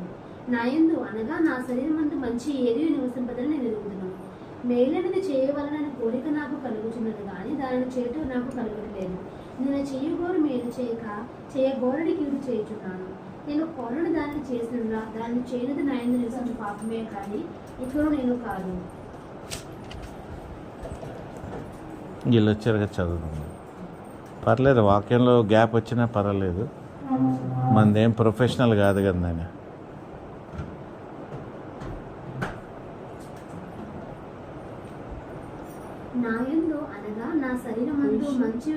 Our house help. మళ్ళీ అది చదువు నేను 18 ముందు. నాయందు అనగా నా శరీరమందు మంచిది ఏది నివసింపదని నేను ఎరుగుదును. మేలైనది చేయవలనని కోరిక నాకు కలుగుచున్నది కానీ దానిని చేయట నాకు కలుగుతలేదు. నేను చేయగోరు మేలు చేయక చేయగోరని కీడు చేయుచున్నాను. నేను కోరిన దానిని చేసిన దానిని చేయనిది నా యందు నివసించు పాపమే కానీ ఇకను నేను కాదు. కాబట్టి మేలు చేయగోరు నాకు కీడు చేయట కలుగుచున్నదను ఒక నియమము నాకు కనబడుచున్నది. అంతరంగ పురుషుని బట్టి దేవుని ధర్మశాస్త్రమును నేను ఆనందించుచున్నాను కానీ వేరొక నియమము నా అవయవంలో ఉన్నట్టు నాకు కనబడుచున్నది. అది నా మనస్సునందున్న ధర్మశాస్త్రంతో పోరాడుచు నా అవయవంలో ఉన్న పాప నియమనకు నన్ను చెరపట్టి లోపరుచుకుంటున్నది. ఇక్కడ ఏమంటున్నాడంటే బైబిల్లో, నేను మంచిగా చేయాలనుకున్నా కూడా నా జీవితంలో నాలో ఉన్న చెడు ఎప్పుడు చెడే చేస్తుంటుంది. ఎందుకంటే నువ్వు శరీరంలో బతుకుతుంటావు, కాబట్టి నువ్వు మంచి చేయలేవు. చెడు నుండి చెడే వస్తుంది కానీ చెడు నుండి మంచి రాదు. పాడైపోయిన కూర మంచి కూర కలిపినా అది పాడవుద్ది, కొత్త కూర ఏం అవ్వదు. అలాగే శరీరం ఎప్పుడు చెడే, ఎప్పుడు ఇతరులకి నువ్వు చెడు అన్నదే నువ్వు ఆలోచిస్తావు. దాంట్లో మంచి ఎక్కడి నుండి వస్తుంది? అర్థమైందా? ఈ చెడు ఎందుకు వస్తుంది? నీలో కట్టబడిన ధర్మశాస్త్రం, అంటే మా బైబిల్ ప్రకారంగా దేవుడిచ్చిన నిబంధనలు ధర్మశాస్త్రాల ప్రకారంగా దాన్ని మరుగుపరిచేది ఏదీ లేదు. మరుగుపరచగలిగింది ఓన్లీ యేసుప్రభువు మాత్రమే. అది ఎలాగ మరుగుపరుస్తాడు? ఆత్మీయ క్రీస్తుని ఆత్మనిగా నువ్వు పొంది బతుకుతేనే నువ్వు చెడు వదిలిపెట్టి నీతిగా బతకగలుగుతావు. దానివల్ల నీకు మంచి జరుగుతుంది. ఎప్పుడు? నువ్వు ఇతరులకి మంచి కోరుకున్నప్పుడు. అంతే తప్ప నువ్వు శరీరంలో ఉండి నువ్వు మంచి చేయాలంటే నీ వల్ల మంచి కాదు. నువ్వు ఎవరిని క్షమించలేవు. పరిశుద్ధాత్మ దేవుడు, యెహోవా దేవుడు ఆత్మ ద్వారానే నువ్వు క్షమించగలుగుతావు. వాక్యం ద్వారా, నేను చెప్పిన ద్వారా మనుషులను నువ్వు క్షమించలేవు. నువ్వు అంటావు నేను క్షమించలేవు.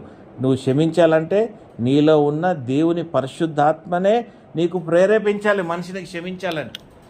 అప్పుడు క్షమించగలిగితేనే నువ్వు ఆ మనిషి ముఖం చూడగలుగుతావు. లేకుంటే ఆ మనిషి ముఖం కూడా నీకు చూడబుద్ది. అర్థమవుతుందా నీకు? అర్థమైందా? ఒక మనిషిగా నువ్వు చూడాలంటే దేవుని పరిశుద్ధాత్మ నీలో ఉంటే ఒక మనిషిని నువ్వు రెస్పెక్ట్ చేస్తావు. ఆదరిస్తావు, రెస్పెక్ట్ చేస్తావు, విలువ ఇస్తావు. ఒక మనిషిని నువ్వు మనిషిలాగే చూసి నువ్వు ఒక మనిషిలాగే ఉన్నావు అనుకో, ఎదురు మనిషిలో నీకు ఎప్పుడు కూడా చెడే కనబడుతుంది తప్ప నువ్వు మంచిగా చూడలేవు, వాళ్ళని క్షమించలేవు. నువ్వు క్షమించలేనప్పుడు నువ్వు దేవుని దగ్గర ఏదో పొందుకుందామంటే పొందుకోలేవు. ఆ పాపం నిన్ను ప్రతిదీ మంచిది, నీకు మంచిది రావాల్సిందంతా కూడా ఆ పాపం నీకు ఆపేస్తుంది. నాకు ఎంతోమందితో గొడవలు ఉన్నాయి, నేను క్షమిస్తాను. నేను ఎట్లా క్షమిస్తా? పరిశుద్ధాత్మ ద్వారా అడుగుతా, దేవా వీళ్ళని క్షమించాలి అన్నప్పుడు నాలో వాళ్ళ గురించి ప్రేమ ఉంటుంది, ఇంక మళ్ళీ కోపం ఉండదు. సరే నాకు ప్రేమ ఉంది కాబట్టి నేను పొద్దున సాయంకాలం వెళ్ళి వాళ్ళతో తన్నులు తినను, ఒక డిస్టెన్స్ మెయింటైన్ చేస్తా, వాళ్ళ గురించి ఎక్కువగా ప్రార్థన చేస్తా, వాళ్ళ గురించి ఆలోచిస్తా, దేవుడు వాళ్ళకి మంచి చేయాలనుకుంటా. నాకు చెడు చేశాడు కాబట్టి వాడికి కూడా చెడు చేయాలని అనుకోను, ఎందుకంటే శరీరంగా నేను చెడు చేయాలని కోరుకుంటా, ఆత్మతో నేను అలా కోరుకోను. ఏది గొప్పది, శరీరమా ఆత్మనా? ఆత్మ గొప్పది. ఆత్మ దేవునికి చెందింది కాబట్టి ఆత్మ గొప్పది. ఆత్మ కోరుకునేదే జరుగుతుంది, శరీరం కోరుకునేది ఎప్పుడు కూడా జరగదు. పౌలు అనే ఆయన దేవుని శిష్యుడు, ఆయనే అంటున్నాడు, నేను శరీరంగా నేను ఏదైనా చేయాలనుకుంటే శరీరంగా నేను బలహీనుడినే, నేను చేయలేను. ఎందుకు చేయలేనంటే ధర్మశాస్త్రం ఏదైతే దేవుడు ఇచ్చాడో ఆ ధర్మశాస్త్రం ప్రకారంగా నేను చేయాలంటే కష్టమైన విషయం. ఆత్మతో చేయగలిగిన విషయాలు సులభము. ఆత్మ ఎవరు? పరిశుద్ధాత్మ దేవుడు. పరిశుద్ధాత్మ దేవుడు ఎవరు? త్రియేక దేవుడు, యేసుక్రీస్తు, తండ్రి, వీళ్ళు ముగ్గురు ఒకటనమాట. నీకు కన్ఫ్యూజన్ అవుద్ది, తర్వాత మాట్లాడదాం. అర్థమైందా? బ్రహ్మ విష్ణు ఏమంటారు? బ్రహ్మ విష్ణు మహేశ్వరుడు. అలాగా యేసుక్రీస్తు వాళ్ళకి త్రిత్వము, ముగ్గురు ఉంటారు, తండ్రి, కుమారుడు, యేసుప్రభు కుమారుడు, పరిశుద్ధాత్మ దేవుడు. పరిశుద్ధాత్మ దేవుడు మనలో నివసిస్తాడు, మనకి యేసుప్రభుతో కనెక్షన్ ఇస్తాడు. అర్థమైందండి? కనెక్షన్ వల్ల తండ్రి దగ్గర మనం నీతిమంతుడుగా నిలబడగలుగుతాం. ఎందుకు? క్రీస్తు రక్తంతో కడగబడ్డాము. మనం ఎలాగైతే పాపం నుండి కడగబడ్డామో మనం కూడా ఇతరుల్ని క్షమించగలుగుతాం, లేకుంటే ఇతరుల్ని మనం క్షమించలేము. నువ్వు క్షమించలేవు కాబట్టి నీ జీవితంలో నువ్వు గొప్పగా మారలేవు. నువ్వు ఎట్లా డబ్బులు నీకు రావు, నువ్వు పెద్దగా అవ్వలేవు, నువ్వు ఇది కావలేవు, అది కావలేవు. నువ్వు ఎలాగుంటావు? ఎక్కడున్నావు గొంగలు అక్కడే పడుంటావు. ఎందుకు పడుంటావు అంటే నీలో పాపం అలాగే ఉంది. పాపముని విడిచిపెట్టు, మార్గము నీకు సరళమవుతుంది. మార్గము నీకు సరళమవుతుంది. పాపాన్ని పట్టుకొని ఎలాడితే మార్గం సరళం కాదు. నువ్వు ఆత్మ మార్చుకుంటే నీ కుటుంబాన్ని నువ్వు మార్చుకుంటావు. నువ్వు ఎప్పుడు పరలోకం వైపే నీ బతుకు. నువ్వు సస్తే ఎక్కడ పోతావు? భూలోకంలోక కాటిక ఎక్కడ పోతావు? నువ్వు పైకి పోతావు. నువ్వు పైకి పోవాలంటే పైకి పోనీకి కావాల్సిన క్వాలిటీస్ నీకు ఉండాలా, దానికి అర్హత నీకు ఉండాలా, లేదా భూలోకంలో దయ్యంలాగా తిరుగుతూ ఉండాలా? మనం ఏది కావాలి మనకి? దేవుణ్ణి మనం అనుభవించాలి, దేవుడు నిన్ను రికగ్నైజ్ చేయాలి, నిన్ను గుర్తుపట్టాలి. దేవుడు ఇది నా బిడ్డ, వీళ్ళల్లో నా ఊపిరి నేను ఊదాను, నేను ఊదినందుకు వాడికి ప్రాణం వచ్చినదని నువ్వు గ్రహించాలి. నువ్వు ఈ భూలోకంలో ఉండి నువ్వు గొప్పగా బతకాలంటే శరీరంతో బతకూడదు, నువ్వు ఆత్మతోనే బతకాలి. నేను క్రీస్తుని దేవుడు నువ్వు నమ్ముకో అంటే నువ్వు ఎట్లా నమ్ముకుంటావు? అది శరీరం. నువ్వు హిందువు అయినాక నువ్వు దేవుడిని నమ్మేసుకో, నువ్వు మతం మార్చుకున్నంత లోపల నువ్వు యేసుప్రభుని ఇలాగా నమ్ముకుంటే నీ దాకా రాడు. అది శరీరం కదా నువ్వు నమ్మేది, ఆత్మని కాదు కదా. ఆత్మని నమ్మినప్పుడే నువ్వు కూడా దేవుడి ఆత్మీయంగా తయారవుతావు. అప్పుడే నువ్వు ఈ లోకాన్ని జయించగలుగుతావు. లేకుంటే నువ్వు ఎట్లా జయిస్తావు లోకాన్ని? ఈ దినాన్న నేనే సాక్ష్యం. గత వారం నేను చెప్పినప్పుడు కీర్తనలు 23వ వాక్యం చెబుతుంటే, కీర్తన 23 చదువుతుంటే కీర్తన 23 నాలో నెరవేర్చబడింది అని నేను గ్రహించాను. నేను షాక్ అయినాను. అరే, నేను ఇంత పనికిరానోడిని, ఇంత పాపిని, ఇంత పనికిరాని జీవితం నేను జీవించినోడిని, ఈరోజు కీర్తనలు 23 నాలో నెరవేర్చబడతాం ఎలాగా? ఇప్పుడు వరకు నేను చూడలే నెరవేర్చబడతాం. నేను ఎప్పుడు కూడా కష్టాల్లో ఉన్న వాళ్ళకి అందరికీ ఏం చెప్తారంటే 23వ కీర్తన 7 సార్లు చదువు, 100 సార్లు చదువు, 4 సార్లు చదువు, 10 సార్లు చదువు, నీ ప్రాబ్లం దూరం అవుద్దని.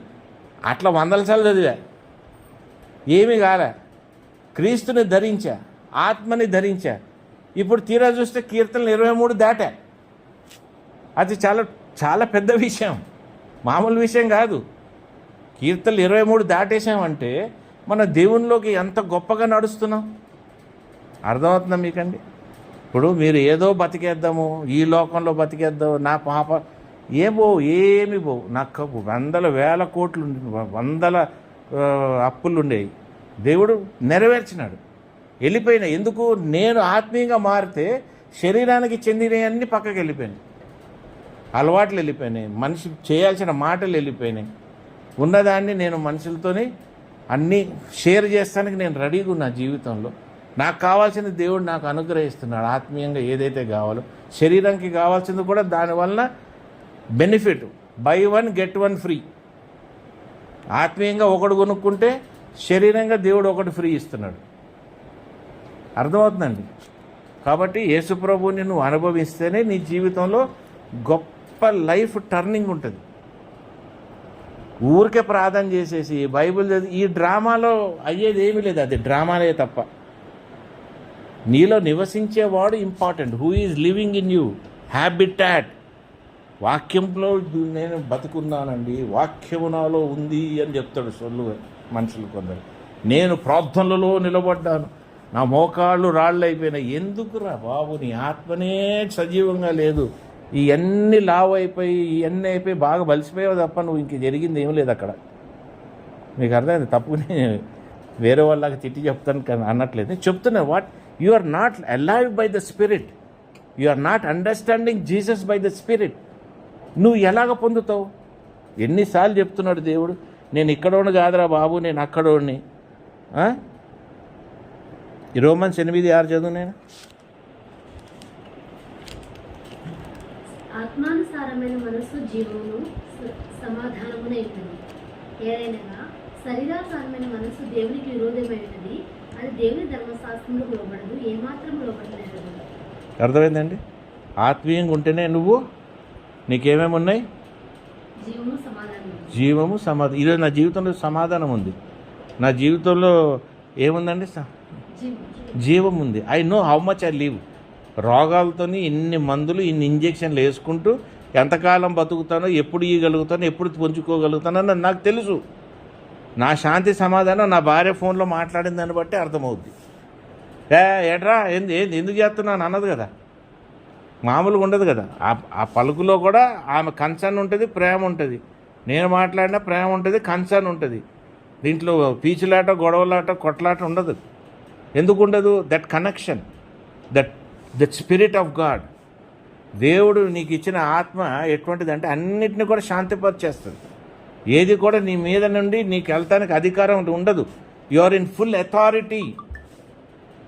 You are in full authority. నీ అథారిటీ అంటే ఏంటి? నీకు ఫుల్ పవర్. నువ్వు మొత్తం పవర్లో ఉంటావు. ఈరోజు నీ పిల్లల్ని మాట వినరు, నీ పిల్లల్ని మాట వినదు, నీ మొగుడిని మాట, మీ అత్తగారిని మాట. నువ్వు వాళ్ళతో శరీరంతో డీల్ చేస్తున్నావు, ఆత్మతో డీల్ చేయి. రెండో రోజుకి వాళ్ళ వాంతులు అవుతాయి నేను చూసి. ఎలాగ నీతో మాట్లాడాలి, నీతో ఎలాగ చేయాలని అది ఒక పవర్ అనేది నువ్వు ఇంక్రీజ్ చేసుకుంటావు నీ జీవితం. వాక్యమే చెప్తుంది, నేను చెప్పట్లే. రోమన్స్ 12:2. మీరు ఈ లోక మర్యాదను అనుసరింపక ఉత్తమమును అనుకూలమును సంపూర్ణమైన దేవుని చిత్తమేదో పరీక్షించి తెలుసుకున్నట్లు మీ మనస్సు మారి నూతన మగుట వలన రూపాంతరం పొందుడి. నువ్వేం చేయాలి? నీ మనసు మార్చుకోవాలి, నీ మైండ్. దాంతో ఏమవుతున్నావు? నువ్వు రూపాంతరం అంటే ఇప్పుడున్న భారతి రేపు ఉన్న భారతికి తేడా ఉంటుంది. చూపుల్లో కూడా తేడా ఉంటుంది, మనిషి కనబడటంలో కూడా తేడా ఉంటుంది. అప్పుడు వరకు ఒకలాగా కనబడుతావు, మళ్ళీ ఇంకొకరికి వేరే కనబడుతావు.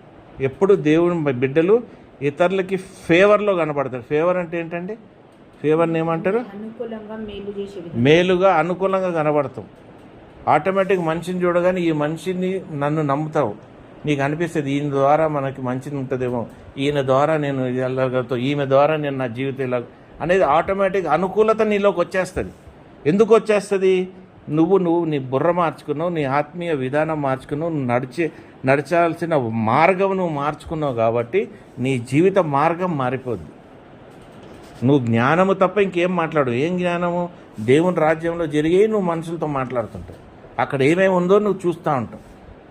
ఈరోజు నేను చెప్పగలుగుతాను, నేను ఏ రకమైన బట్టలు చనిపోయి వెళ్ళిపోయినాక మీరు అందరం కలుసుకున్నప్పుడు మీరు ఎలాగుంటారో నేను ఎలాగుంటారో నాకు అనిపిస్తూ ఉంటుంది. నాకు ఇక్కడ ఒక పేరు, ఇక్కడ ఒక సింహాసనం, కావాల్సిన క్రౌన్ వేరుగా ఉంటుంది. మీ క్రౌన్ వేరు, నా క్రౌన్ వేరు. నేను వేసుకున్న బట్టలు దుస్తులు వేరుగుంటాయి. నా ఆత్మీయ వెలుగు వేరుగుంటుంది నాలో నుండి వచ్చే నాకు అనిపిస్తుంది. అది పొందుకోవాలని దాని వైపే నేను వెళ్తుంటా. అది అనుకుంటుంటేనే ఉంటాం. ఇక్కడ కొన్ని నెరవేర్పులు జరుగుతుంటాయి భూలోకంలో. అర్థమైందండి? భూలోకంలో కొన్ని ఎందుకు మనుషులు ఇంకా నెరవేర్పులో లేరు? ఎందుకు కంప్లీషన్లో లేరు? ఎందుకు నెరవేర్పులో లేరు? ఇంకా ఇరుకైన జీవితాలు ఎందుకు ఇరుకైన జీవితాలు అంటే విశాలత లేని జీవితాలు ఎందుకు? ఈ ఇంటికి వచ్చిన కొత్తలో ఇక్కడ డైనింగ్ సోఫా సెట్ వేసి ఇంకో డైనింగ్ టేబుల్ వేస్తే కదిలే స్థలం ఉండేది కాదు. మీకు గుర్తుందో లేదు? అక్కడ ఒక డైనింగ్ టేబుల్ ఉండేది, ఇక్కడ సోఫా సెట్లు ఉండేవి. మీరు వచ్చిన కొత్తలో తినాలంటే కూడా ఇద్దరు పట్టేవాళ్ళు కాదు. మరి ఇప్పుడు విశాలత ఇయ్యలేదా దేవుడు? నీ ఆశ, నా ఆశ, నేను ఇట్లా ఇరుకులో కూర్చోదలుచుకోలేదు, నాకు వద్దు ఇరుకు. నేను అంటాను దేవుడితో, సరే నేను విశాలమైన పరలోకంలో ఉండి భూలోకంలో నేను ఇరుక్కొని ఎందుకు ఉండాలి? విశాలత కావాలి నాకు. ఇక్కడ ఒక ఇంట్లో వాళ్ళు వచ్చారు మా ఇంటికి, ఇదే సేమ్ డిజైన్ స్టార్టింగ్లో ఉంటుంది. అమ్మాయి వచ్చి చూసి, అరే మీ ఇల్లు మా ఇంటి కంటే పెద్దగుంది, మీ డైనింగ్ రూమ్ ఎక్కడ పెద్దగుంది, అరే బాగా ఇల్లు అని ఏడిచేస్తుంది ఆ పిల్ల. ఎందుకు ఏడిచేస్తుంది అంటే విశాలత లేదు. That spirit doesn't have that bigness. నీ ఆత్మీయ జీవితం, నీ spirit is not in broad, it is very narrow. When it is narrow, your life is narrow. Everything, ప్రతిదీ మనం చేసే, దేవుని బిడ్డలు చేసే ప్రతి చిన్న విషయంలో కూడా దేవుని మర్మము దాగి ఉంటుంది. అది మీరు తెలుసుకోవాలి. ఈరోజు నేను ఇది కంపేర్ చేస్తున్నానంటే ఏందబ్బా ఇది ఆఫ్టర్ ఆల్ అంటున్నాం కాదు. దేర్ ఇస్ ఎ మర్మం ఇన్ దిస్, కనబడిన మర్మము. అదే నువ్వు ఆత్మీయంగా చూడగలిగే మర్మము, సత్యము. మర్మం కాదు, సత్యము. ఇక్కడ ఉన్న మర్మాన్ని నువ్వు అక్కడ సత్యంలో చూస్తావు ఆత్మీయంగా. అర్థమవుతుంది అమ్మాయి? చిన్నక రాలేదు. ఎందుకు రాలేదు? ఇక్కడ ఈ వాక్యం వెళ్తుంది కాబట్టి అక్కడ ఆపింది. అది నేను ముందే చూశాను. అంటే వాళ్ళు రాలేదని I'm not comparing. This word will disturb the spirit, because you have to see God, Yesu Prabhu in spirit. Till today you are seeing Yesu Prabhu only in photo. You are seeing him ఎట్లయితే యేసుప్రభు కనబడతాడో, ఎట్లయితే సిలువ మీద ఉంటాడో, ఆ 40 రోజులు కూడా యేసుప్రభు సిలువ మీద ఉన్నట్టే మనం ఏడ్చిన వాళ్ళు ఏడ్చినట్టే ఉంటాం, ఉపవాసాలు చేసుకుంటాం. కానీ ఆయన ఆత్మలో ఎలాగ జీవిస్తున్నాడు అనేది గ్రహింపు ఉండదు. నేను చెప్పేది కరెక్టా కాదా? మీరు తప్పైతే మీరు కరెక్ట్ చేయండి. అర్థమవుతుందా మీకు? నువ్వు ఎలాగ చూడాలి యేసుప్రభుని చూద్దాం. చూడండి, జాన్ 8:23, జాన్ 1:13 చూడండి.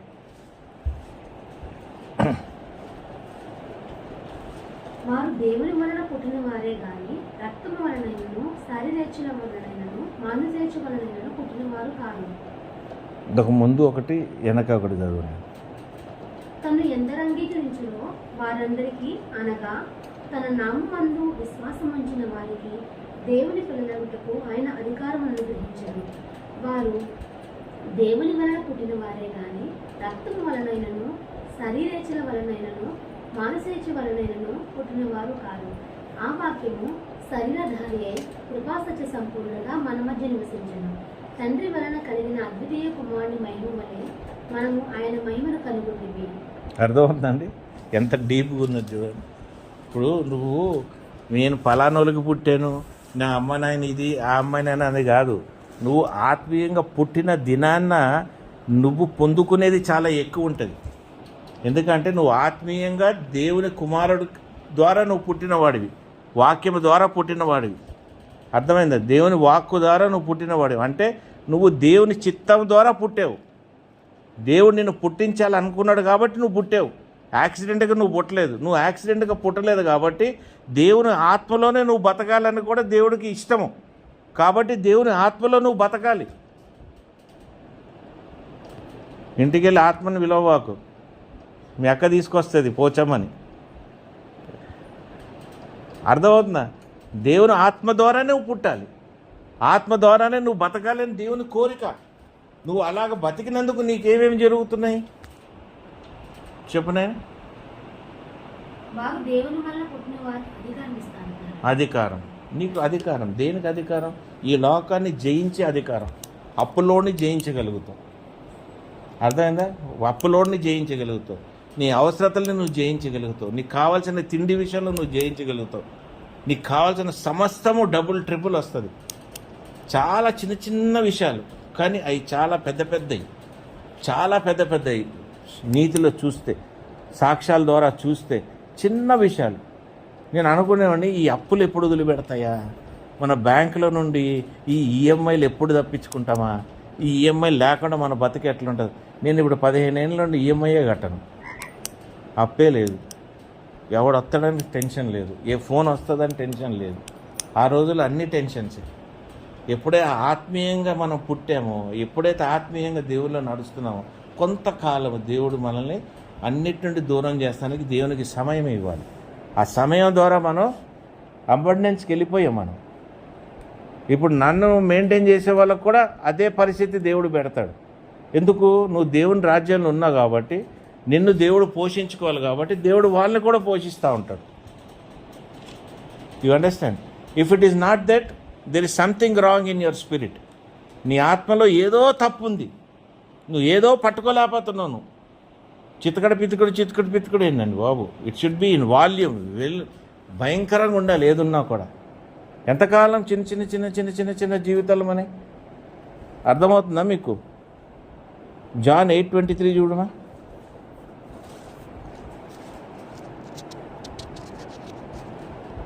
అప్పుడు ఆయన, మీరు క్రింది వారు, నేను పైనుండి వాడను.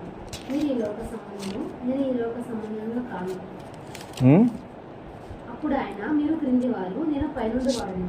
మీరు ఈ లోక సంబంధము, నేను ఈ లోక సంబంధులను కాను. ఎవరు గారు ఈ లోక సంబంధులు? ఆయన ఈ లోక సంబంధం కానప్పుడు లోక సంబంధంలో నువ్వు యేసుప్రభుని ఎలాగ పూజిస్తావు? ఎలాగ ఆయన అడుగుతున్నావు? నా అప్పు తీసేదేవా, నాది అది తీసేదేవా, నాకు అది ఇచ్చేదేవా? ఎట్ట అడుగుతారా బాబు? నువ్వు లోక సంబంధం ఆయన కాదు అని ఆయన స్పష్టంగా చెప్తున్నాడు. లోక సంబంధం కానప్పుడు నువ్వు ఆయన ఎట్లా కనెక్ట్ అయి ఉన్నావు? నాలో పరిశుద్ధాత్మ ఉంది, నేను కనెక్ట్. ఎలాగా? అది పరిశుద్ధాత్మనా, యేసు ఆత్మనా? ఎవరి ద్వారా నువ్వు కనెక్ట్ అయినావు? ఏది స్పష్టత ఏంటి? కన్ఫ్యూజన్ ఎందుకు ఉండాలి మనకి? Your understanding what I'm telling? నువ్వు ఇప్పుడు వరకు నీ ప్రార్థన ఏంటి? అయ్యగారు నేను ప్రార్థన చేశానండి, నాకు జవాబు రాలేదు, మీరు ప్రార్థన చేయండి. నేను ప్రార్థన ఎందుకు చేయమంటాను తెలుసా? నేను గెలవలేక జయించలేక చేయవన్నాను. ఆ నిమిషానికి నాకు పీస్ కావాలి. ఆ నిమిషానికి నాతో ఎవరో ప్రార్థనలో నడుస్తున్న ఒక శక్తి కావాలి. శక్తి అని కాదు, ఒక ఏమంటే అగ్రిమెంట్ కావాలి. ఎవరైతే ఇద్దరు ఏకీభవించాలి. నేను అప్పుడప్పుడు జ్యోతికి ఫోన్ చేసి ప్రార్థన చేయమంట, కారణం లేకుండా, లేదా ఏదైనా కారణం ఉంటే. ఎందుకు? నేను నడిచే దాంట్లో ఆత్మీయంగా ఇంకొకరు కూడా దానికి ఏకీభవించాలి. అది దేవుడు ఏమన్నాడు? ఏదైతే నువ్వు భూలోకమందు నేను దాన్ని పరలోకమందు విడుదల చేస్తాను. పరలోకంలో విడుదల చేయాలంటే నువ్వు ఇక్కడ నడవాల్సిందేగా. మరి నడవాలంటే నీకు ప్రార్థన ఎవరో ఒకరు కావాల్సిందే కదా. అర్థమైందా? ఇప్పుడు మీ అవసరాలు కూడా ఉంటే మీకు అవసరం రోజు ప్రార్థన చేయించుకోవాలి. ఒకరోజు కాదు, రోజు ప్రార్థన చేయించుకోవాలి. రోజు అడగాలి, నాకు 1 నిమిషం ప్రార్థన చేయండి, నేను వెళ్ళేమో. ఆ దినం నువ్వు జయం పొందుకుంటే వెళ్తావు. ఆ నిమిషానికి, ఆ గంటకి ప్రార్థన ప్రాబ్లం వచ్చినప్పుడు చేయించుకుంటే నీకు జీవితంలో మారిపోయింది. నేను రోజు పరిగెత్తేవాడిని అప్పులున్న రోజుల్లో. ఎవరో ఒకరితో ప్రార్థన చేయండి అప్పులు. నాకు తెలుసు ప్రార్థన ద్వారా వెళ్ళిపోతాయని, కానీ ఎవరు చేస్తే వెళ్తాయి? స్పష్టత కావాలిగా. అర్థమైందా? ఆత్మతో కనెక్ట్ అయినోడితో ప్రార్థన అన్నారు. ఆత్మతో కనెక్ట్ అవ్వదు, కానీ వాడు ప్రార్థనలో 100 వాక్యాలు చెప్పేస్తాడు, 100 మాటలు చెప్పేస్తాడు, గట్టి గట్టిగా అరిసేస్తాడు, హంగామా చేస్తాడు. వెళ్ళిపోతాయా? వాక్యం చెప్తుంది, ఐఎమ్ ఫ్రమ్ అబౌవ్. నేను ఆత్మయ్య ఉన్నాను కాబట్టి ఎవ్రీథింగ్. యేసు ప్రభు every time he reminded. Emmaus రోడ్లో 2 నడుస్తున్నారు, ఆయన వెళ్ళాడు, గుర్తుపట్టలేదు, ఆత్మీయంగా వాళ్ళు లేరు. They don't understand him by the spirit. Do you understand Jesus by the spirit? You don't understand Jesus by the spirit. నీకు ఎట్లా అర్థమవుతాడు దేవుడు? సరితో ఒక చిన్న పని చేయాలి, నువ్వు మళ్ళీ నడవాలి. వాచ్మెన్ కూడా ఆడు పిల్లోడికి తిండి లేకుండా ఉన్నారు, టిఫిన్ డబ్బాలు అన్నం ఇచ్చిరారు. ఈ వాక్యం కంటే అదే గొప్పది. సరిత భారతిని పెట్టిమను, 2 డబ్బాలు అన్నము, ఒక పప్పు అక్కడ పెట్టా, కొంచెం చికెన్ కర్రీ వేసి ఇచ్చేనా. చిన్న పిల్లోడు, వాడు కొడుకు. తెలంగాణలో చెప్పాను అమ్మా, మీరు మన క్రైస్తవుల భాషలో చెప్తున్నారు, వీళ్ళకి ఏమో అర్థం కాదు. మీరు వీళ్ళకి అర్థమయ్యే సరళమైన భాష చెప్పాలి. రేపు వస్తారు. సరళం అంటే కూడా వాళ్ళకి అర్థం కాదు. ఆ రోజు రేపు వస్తారు వాళ్ళు వస్తున్నారే. హైదరాబాద్ భాషలో చెప్తే వాళ్ళు నెత్తికెక్కుతారు. నాకు రావాలిగా, నాకు తెలుగు చెప్తే గొప్ప. చెప్తే నేను చెప్తా అనుకుంటున్నా, ఇదే ఆలోచిస్తున్నా. ఇప్పుడు వాళ్ళు డైలీ వస్తారు కాబట్టి ఇప్పటికి అంత పొందుకుంటూ వస్తున్నారు వాళ్ళు. లేకుంటే they will not come. Even if I now don't pay them salary also they will come. Why? Because it is their need, that is their spiritual need. Bharati first పెట్టే నేను వాళ్ళకి కొద్దిగా ఆపనేను.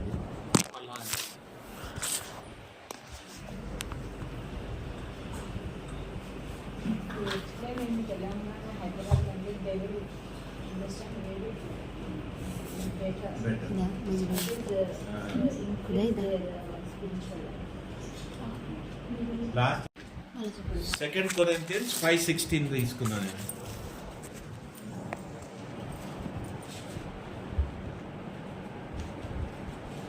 రెండో కొరింథీయులు 5. కావున మేము అధైర్యపడము. సారీ. కావున ఇక మీదట మేము శరీర రీతిగా ఎవరినైనాను ఎరుగము. మేము క్రీస్తును శరీర రీతిగా ఎరిగి ఉండినను ఇక మీదట ఆయనను అలాగూ ఎరుగము. ఇద్దరు వీటికట మీరు క్రీస్తుని ఎలా ఎరుగుతారు? You will know him by the spirit only. దాని తర్వాత కూడా చదువు నేను. కాగా ఎవడైనను క్రీస్తునందున్న ఎడల వాడు నూతన సృష్టి, పాతవి గతించెను, ఇదిగో క్రొత్తవాయెను. ఇప్పుడు మనం ఏం చేస్తామంటే దేవునిలోకి రాగానే నేను నూతన సృష్టి అంటాం. బట్ నువ్వు జరిగింది యేసుప్రభు ఎవరు? ఆ యేసుప్రభు. ఏ యేసుప్రభు? యేసుప్రభు in flesh, not Jesus in spirit. Then how you are new creation? You are never a new creation unless and until నువ్వు యేసు ప్రభువుని ఆత్మలోనే నువ్వు పొందకపోతే, ఆత్మీయంగా నేను తెలుసుకోలేకపోతే నువ్వు న్యూ క్రియేషనే కాదు. Knowing Jesus by physical flesh is not at all a new creation. So నువ్వు నూతనమైన creation, నూతనగా నువ్వు సృష్టించబడ్డావు అంటే యేసు ప్రభువుని ఆత్మీయంగా తెలుసుకుంటామే.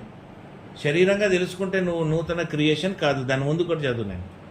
సమస్తమును దేవుని వలనైనవి, ఆయన మనలను క్రీస్తు ద్వారా తనతో సమాధానపరుచుకొని ఆ సమాధానపరచు పరిచర్యను మాకు అనుగ్రహించెను. ఇప్పుడు ఏమి ఇచ్చాడు ఆయన? నువ్వు ఎప్పుడైతే ఆయనని ఆత్మీయంగా చూసావో నీకు సమాధాన పరిచర్య, ఏమంటే ministry of reconciliation. Now you are reconciled to God. దేవునికి నువ్వు క్షమించబడి దేవునికి నువ్వు అటాచ్ అయినావు. ఇప్పుడు ఎవరికి? తండ్రికి. ఎవరి ద్వారా? క్రీస్తు ఆత్మ ద్వారా నువ్వు అటాచ్ అయిపోయినావు. అంటే ఇప్పుడు నువ్వు ఎట్లుంటావు? ఇతరులు కూడా క్షమించడానికి నీ ఆత్మ everything is ready. We are no more living in flesh, you are living in spirit. నువ్వు ఇంకా శరీరంలో బతకట్లేదు, నువ్వు ఇంకా ఆత్మలో బతుకుతున్నావు. కాబట్టి ఎవరినైనా నువ్వు క్షమిస్తానికి సిద్ధంగా ఉంటావు. నెక్స్ట్ చదువు. ఎంత డీప్ గురించి చూడండి అక్కడ. అదేమనగా దేవుడు వారి అపరాధములను వారి మీద మోపక క్రీస్తునందు లోకమును తనతో సమాధానపరుచుకొనిచు ఆ సమాధాన వాక్యమును మాకు అప్పగించెను. ఏమిచ్చాడు ఆయన? దాని ముందు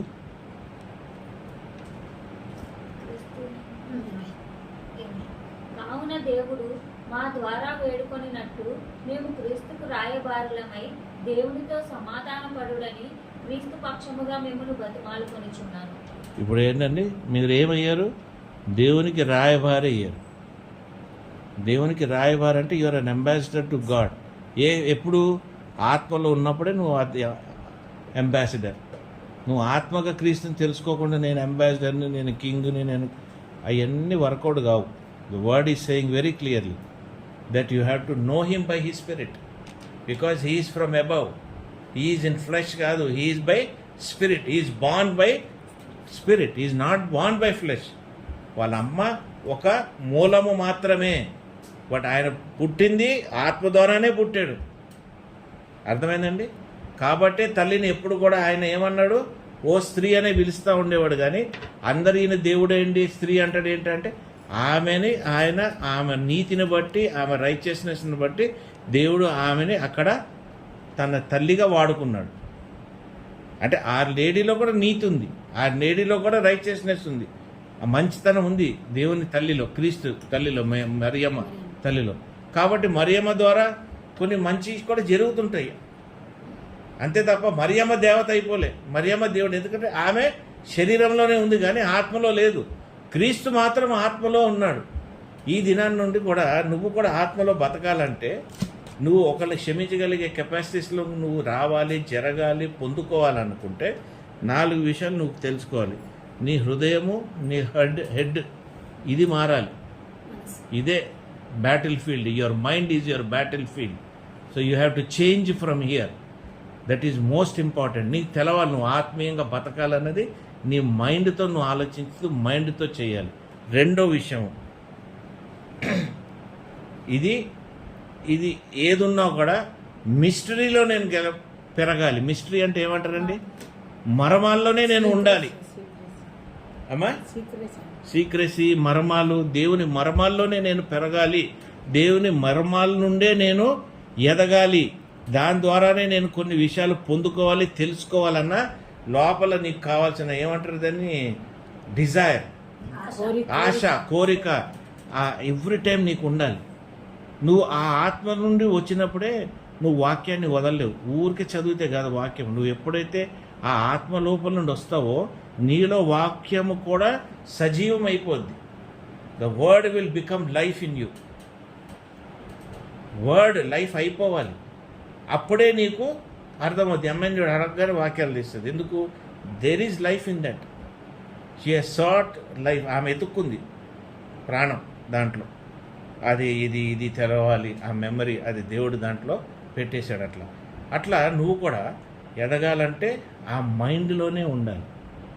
ఆ హార్ట్, ఆ మైండ్, ఆ మిస్టిసిజం, దేవుడికి సంబంధించిన ఈ సంగతులు నేను తెలుసుకోవాలి. ఈ భూలోకం సంగతుల కంటే బయట లోకంలో జరిగే సంగతులు, మోసే జీవితాల్లో ఎట్లా దేవుడు ఎట్లా ఆపరేట్ చేశాడు, ఇది ఎట్లా జరిగింది, ఇవన్నీ కూడా mystery.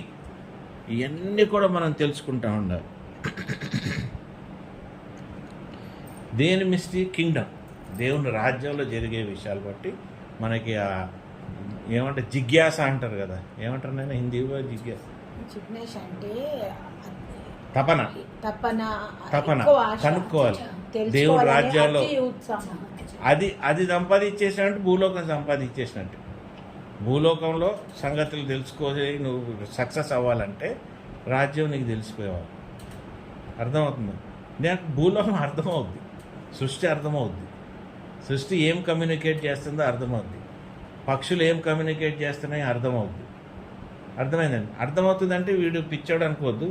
I can understand something mystery. ఎక్కడి నుండి ఏంది బయలుదేరుతుంది, ఏం తెలుస్తుంది అనేది ఐ కెన్ అండర్స్టాండ్. ఓకే. దాని తర్వాత నువ్వు పరిశుద్ధాత్మతో ఫుల్లుగా నింపబడాలి. ఎప్పుడైతే నువ్వు యేసు ప్రభుని ఆత్మలో చూస్తావో ఆటోమేటిక్గా నువ్వు పరిశుద్ధాత్మతో నింపబడతావు. నువ్వు ఆత్మతో, పరిశుద్ధాత్మతో ఎందుకు నింపబడవు అంటే యేసు ప్రభునే నువ్వు ఆత్మలో చూడలేవు. నీ రక్షకుడినే నువ్వు ఆత్మలో నువ్వు గ్రహించలేనప్పుడు నీలో పరిశుద్ధాత్మ ఎట్లా వస్తాడు? క్రీస్తును గ్రహించినప్పుడే నీలో పరిశుద్ధాత్మ వస్తాడు. కాబట్టి చాలా ముఖ్యం. మనం ప్రార్థన చేసేటప్పుడు అంటా కదా, భాషలు మాట్లాడు, నువ్వు విను విను విను, చూడు చూడు అంటుంటా. ఎందుకు? ఆయన ఆత్మలో చూడాలనే నేను అంటా ఉంటా ఇక్కడ ప్రార్థనలో. చాలామంది ఏమనుకుంటే ఈయన ఏం చూడమంటున్నాడు అని అనుకుంటారు తెలవక. కానీ చూడు చూడు చూడు చూ ఎవరు అప్పుడు అన్నప్పుడు వాళ్ళు టక్మని కనెక్ట్ అవుతారు. కనెక్ట్ అయినప్పుడు భాషలు స్టార్ట్ అవుతాయి. అర్థమవుతుందా? ప్రతి దాంట్లో ఒక మీనింగ్ ఉంటుంది. దేవుని రాజ్యంలో జరగాల్సిన ప్రతి దానికి ఆ మీనింగ్ ఎదుగుతంలోనే మన గొప్పతనం.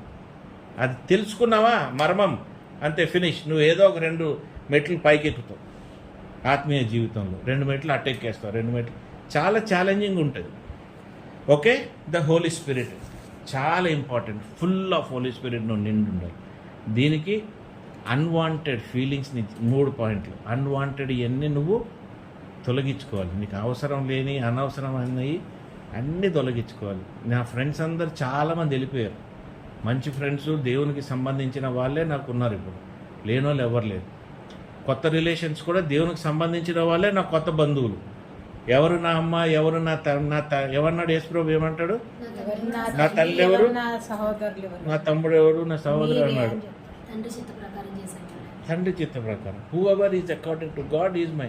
టుడే మీరందరూ దేవుని ప్రకారం, ఆయన ఆత్మ ప్రకారంగా, ఆయన రాజ్యం ప్రకారంగా మీరు జీవిస్తేనే మీరు నాకు సంబంధించిన వాళ్ళు. లేకుంటే రేపు నాతో మీరు అసలు మీరు అవసరం కూడా లేదు. నేను అట్లా విడిచిపెట్టిన వాళ్ళు చాలామంది ఉన్నారు. చెప్పి అర్థం కాకపోయినా కూడా వదిలేస్తా, పోన్లే మనకెందుకని. లేదు అంటే వెనకబడతా వీళ్ళల్లో ఏదైనా కనబడితే. రెండోది, నువ్వు ఎప్పుడు కూడా వెలుగులో ఉండాలి. హల్లెలూయా. హల్లెలూయా. చాలా ముఖ్యం. వెలుగు అంటే ప్రకాశింపబడే జీవితం ఉండాలి మనలో. ఎప్పుడు వెలుగు ఉంటుంది తెలుసా? మన కడుపులోది నోట్లోది కూడా మనం తీసి పెట్టే పరిస్థితులు ఉంటేనే మనం వెలుగులో ఉంటాం. ఎందుకంటే దీపాన్ని ఒక బుట్టలో పెట్టి మనం ఆపలేము. నువ్వు నీలో ఉన్న దీపం వెలగాలి, నువ్వు మంచి కనబడాలి, మనుషులతో నువ్వు ఉండాలి. This will connect to the spirit of Jesus. నువ్వు ఎప్పుడు దాకైతే ఎలగవో, నీలో ఇల్యూమినేషన్ అంటే నీలో వెలుగు లేకపోతే వర్కౌట్ కాదు. నీలో సాల్ట్ కూడా ఉండాలి, ఉప్పు కూడా ఉండాలి. యేసుప్రభు అంటాడు, నువ్వు ఈ లోకానికి ఉప్పు అయి ఉన్నావు. అంటే నిన్ను కలిస్తే రుచిగుండాలి, నిన్ను కలిస్తే మాట్లాడాలని రుచిగుండాలి, నీకు ఒక సెకండ్ ఇవ్వాలనిపించాలి. నిన్ను చూస్తే అది ఏదోరా బాబు వీడు మన గురించి ఏదో అని మనం చూసి మళ్ళీ తప్పించుకొని తిరుగుతారు చాలామంది. వేస్ట్ అది. నిన్ను చూస్తే ఎదురు రావాలాడు. నమస్తే సార్, బాగున్నారా సార్ కిలకాలి మనుషులు. ఏం బ్రదర్ ఎట్లున్నారు మీరు, బాగున్నారా? ఒక ఆమె ఉంటుంది చెన్నైలో, అక్కడ మొన్న వచ్చింది, చూసింది, మాట్లాడలేదు ఫేస్బుకే, కానీ we're recognizing each other in spirit. ఎందుకు? We're the light of this world. మనం షుగర్, మనం సాల్ట్ ఆఫ్ దిస్ వరల్డ్. కాబట్టి మనం ఎట్లా ఉండాలి? మనుషులకి మనం కనబడాలి, మనుషులకి మనం మంచిగా ఉండాలి, మనుషులకి మనం ఒక గొప్పగా ఉండాలి. ఏదో వాడు మనకేదో చేస్తాడని కాదు, మన నుండి వాళ్ళకి మంచి ఏమి వెళ్తుంది అనేది మనం గ్రహించాలి. నువ్వు చేయలేనిది చేయకు, నువ్వు చేయగలిగింది చెయ్యి. నువ్వు దేవుల్లో నడిపించగలిగినంత గొప్పది వేరేది ఇంకోటి ఏమి లేదు. నువ్వు ₹1,00,00,000 ఆమెకి ఇచ్చినా లాభం ఏంటి? ఆ పూటకి ఆమె అప్పులు తీర్చుకుంటుంది, మళ్ళీ రెండో రోజులు అప్పుల్లోకి వెళ్తుంది, ఆమె అంతే తీర్చుకుంటుంది, మళ్ళీ వస్తుంది. కానీ ఆమె జీవితాన్ని ఎక్కడ మార్చుకుంది? మళ్ళీ అదే జీవితం. దేవునికి ఎక్కడ దగ్గర అయింది? అవ్వలేదు. దేవుని దగ్గరికి వెళ్తే కదా పర్మనెంట్గా అన్నీ మారిపోతాయి. దేవుని దగ్గర ఉంటేనే మనం మారుతాం, దేవుని దగ్గర ఉంటేనే మనలో వెలుగు ఉంటుంది, దేవుని దగ్గర ఉంటేనే మనలో ఉప్పు ఉంటుంది. అర్థమైందా? ఒక నిమిషం పొద్దున్నే లేస్తాం, స్నానం చేసేసి వెళ్ళిపోయి బుక్ వేసి, there is nothing like that. You cannot, you should live. నేను చూడు 24 గంటలు బతుకే ఉంటాను, దాంట్లోనే ఉంటాను. రేవతికి తెలుసు, నేను పండుకుంటే వాక్యం నడుస్తుంటుంది, వింటూ ఉంటుంది, నిద్రపోతుంది. నిన్న రాత్రి ఆయన వచ్చింది, 10 నిమిషాలకే వచ్చింది. నేను నిద్రపోతున్నా, ఎప్పుడు వస్తుందో ఎప్పుడు పోతుందో చూసుకుంది, వెళ్ళిపోయి నేను 10:30 లేచి చూసి, ఏంటి రైతు వెళ్ళిపోయావంటే నువ్వు మంచి నిద్రలో ఉన్నావు, ఏదో వాక్యం నడుస్తూ ఉంది, వాక్యం బంద్ చేసా, నువ్వు నిద్రపోయేసా, వెళ్ళిపోయి. అంతే, మనం అందుట్లోనే ఉంటాం. ఆ వాక్యం ఎక్కడో ఉంటాం. మనం పిలిస్తే బయటకు వస్తాం మళ్ళీ. మీకు అర్థమైంది? కాబట్టి దట్ ఈజ్ వన్ థింగ్. దేవుని సహవాసంలో ఉండాలి, దేవుని బిడ్డల సహవాసంలోనూ ఉండాలి. ఆ సహవాసం వాళ్ళతో ఉంటే నీకు ఎదుగుదలే కాదు, ఆ ఆత్మీయ జీవితం నీలోకి వచ్చేస్తుంది. నీ చుట్టూరు మంచోళ్ళు ఉన్నారనుకో, నువ్వు చెడ్డగా ఎట్లుంటావు? నీ చుట్టూరు పత్తలాడేవాడు ఉంటే పత్తలాడుతుంటావు, నీ చుట్టూరు మందు కొట్టేవాడు ఉంటే వాడుతూనే ఉంటాడు. నీ బంధువులు కూడా నీకు తెలిసి ఉండాలి. ఇప్పుడు నేను మా బ్రదర్స్ అందరూ మందులు కొడతారు, కజిన్స్. ఆ రోజు భోజనాలు నన్ను పిలిస్తే ముందే ఆలోచించుకుంటారు, ఈరోజు మందు లేకపోతేనే వీడిని పిలవాలి, లేదంటే మనకు చెప్పకుండా పార్టీ చేసుకుంటారు, ఫోటోలు వేసుకుంటానికి భయపడతారు. ఎందుకు? తెలుస్తుంది ఎందుకు మనం ఎక్స్పోజ్. చాలామంది ఉంటారు అట్లా. కాబట్టి మన సహవాసం, మన యూనియన్ విత్ గాడ్, దేవునితో యూనియన్, ఆయన రక్తము, ఆయన శరీరాన్ని మనం పంచుకోవాలి. ఆయన శిలువపై మరణించి మన కోసం వదిలిపెట్టిన రక్తం అనేది చాలా చాలా ప్రెషస్ని ఏమంటారండి? విలువైనది, ప్రశస్తమైనది. ఆ రక్తం మనల్ని మారుస్తుంది. ఆ రక్తం ద్వారా మనం చాలా దూరం వెళ్ళచ్చు. ఏదో బలిచ్చేసి ఆ రక్తాన్ని కూర వండుకొని తినేస్తాం కాదు. అర్థమైందా? మనం ఏం చేస్తాం? బలిచ్చేసి డేక్షలో పెట్టి దాంట్లో ఉప్పేసేసి తీసుకెళ్ళి పొయ్యి మీద పెట్టేసేసి కూర వండేసుకొని దాన్ని ఫ్రై చేసి కల్లుబాట్లు సారాను వేసుకొని ఆ రక్తాన్ని దాన్ని వేసుకొని హ్యాపీగా తినేసి మళ్ళీ రెడీ, ఇంకొకటి చంపుతానికి రెడీ అయిపోతాం. అది కాదు. ఆ రక్తం, క్రీస్తు రక్తాన్ని నువ్వు పొందితే నీలో పరిశుద్ధత వస్తుంది, నీలో ఉన్న పాపం వెళ్ళిపోద్ది. ఆ శరీరం, నువ్వు నలగొట్టబడుతున్నావు, ఈ లోకంలో నువ్వు నలగొట్టబడుతున్నావు, ఎన్నో కష్టాల ద్వారా నువ్వు నడుస్తున్నావు, నీ జీవితం సరిగ్గా లేదు, నువ్వు ఇబ్బందుల్లో ఉన్నావు. ఆ క్రీస్తు శరీరాన్ని నువ్వు తీసుకున్నందుకు నీ ఇబ్బందులకి నువ్వు దూరం అవుతూ ఉంటావు. ప్రతిసారి నువ్వు దూరం అవుతావు. ఎందుకు? నువ్వు అందరితో కలిసి ఉన్నావు కాబట్టి, నీ భారము నువ్వు పంచుకుంటున్నావు కాబట్టి, క్రీస్తు ప్రేమ నువ్వు పంచుకుంటున్నావు కాబట్టి, ఆయన రక్తము, ఆయన శరీరము నువ్వు పంచుకుంటున్నావు కాబట్టి ఆటోమేటిక్గా నువ్వు ఎదుగుతూ ఉంటావు. కాబట్టి ఇది మనం ప్రాక్టీస్ చేయాలి. ఆత్మీయ జీవితంలో మనం ఎదగాలంటే ఈ ప్రాక్టీస్ చేయాలి. అది చెప్పుకొని ఎండింగ్ చేయాలంటే ఇంకా చాలా ఉంది, కానీ ఇక్కడికి మనం ఎండింగ్ చేసి దేవుని నామంలో ఇవన్నీ మన జీవితాల్లో నెరవేరును గాక. ఆమేన్, ఆమేన్. నువ్వు ప్రార్థన చేయమ్మా, ప్రార్థన చెయ్యి. ఎండింగ్ ప్రేయర్ క్లోజింగ్ చెయ్యి. రికార్డింగ్ నడుస్తుంది, చెయ్యి. ఓకే. స్తోత్రం స్తోత్రం. థ్యాంక్ యూ గాడ్, ఈరోజు ఇక్కడికి నడిపించినందుకు. గలిబిలి ఉన్న జీవితంలో నా ఒక మనసే కాదు, అందరి మనసులో గలిబిలి ఉంటుంది. ప్రతి ఒక్కరి జీవితం, ఏ జీవితం గురించి విన్నా అందరికీ బాధలు ఉన్నాయి. కానీ స్తోత్రం మీద అర్హుడమైన సింహాసనం మీద కూర్చున్న గొప్ప దేవ, ఏమిచ్చి నీ రుణం తీసుకోగలం. నీ గొప్ప నామం మా అందరికీ తెలిసినందుకు మేము ఎంతో భాగ్యవంతులం తండ్రి. తండ్రి యేసయ్య, ఎక్కడ మేము చెదిరిపోకుండా నీ నామానికి, నీ వాక్యానికి దూరం కాకుండా ఎప్పుడు నీలో నిలిచి ఉండడానికి మాకు ఇచ్చిన అవకాశాన్ని బట్టి తండ్రి, మేము పడిపోయిన ప్రతిసారి మమ్మల్ని లేపి నీలో నడిపించుకుంటున్నందుకు వందనాలు. ఇక్కడికి వచ్చినందుకు పాస్టర్ ప్రవీణ్ గారు చెప్పిన ప్రతి మాట నా గుండెను తాకి, హార్ట్ టచింగ్ వర్డ్స్ అన్నీ నాతో స్వయంగా మాట్లాడేందుకు చాలా థ్యాంక్స్ గాడ్. అలాగే ఇక్కడ ఉన్న అందరితో మీరు మాట్లాడారని నేను నమ్ముతున్నాను. ఆయన కాదు, ఆయనను నోటిని వాడుకొని మీరు మాట్లాడారని నేను ఖచ్చితంగా చెప్పగలను. ఎందుకంటే నా హృదయాన్ని తాకినాయి ప్రతి మాట నాకు సంబంధించినప్పుడు, ఇక్కడున్న ప్రతి ఒక్కరికి సంబంధించిన మాటలే. సో స్వయంగా నీ సన్నిధి సంచారం ఇక్కడ జరుగుతుందని పూర్తిగా నమ్ముతున్నా. ప్రతి ఒక్కరి మనోభావాలు, వాళ్ళ కష్ట నష్టాలు, అవసరాలన్నీ తీర్చి ఇక్కడున్న వాక్యం అంతా నెరవేరిందని నమ్ముతూ నీకు ఎన్నో థ్యాంక్స్ చెప్తూ కోటి వందనాలతో తండ్రి, ఈ విన్న వాక్యం గొప్పదని అందరము నమ్మి నీకు స్తుతులు స్తోత్రాలు చెప్పుతూ ఈ ముగిసిన ప్రార్థనతో ముగిస్తున్నాను తండ్రి. నేను చేసిన ఈ చిన్న ప్రార్థనను ఆలకించినవని నమ్ముతూ యేసు నామములో ఈ ప్రార్థనను దీవించునుగాక. ఆమేన్, ఆమేన్, ఆమేన్.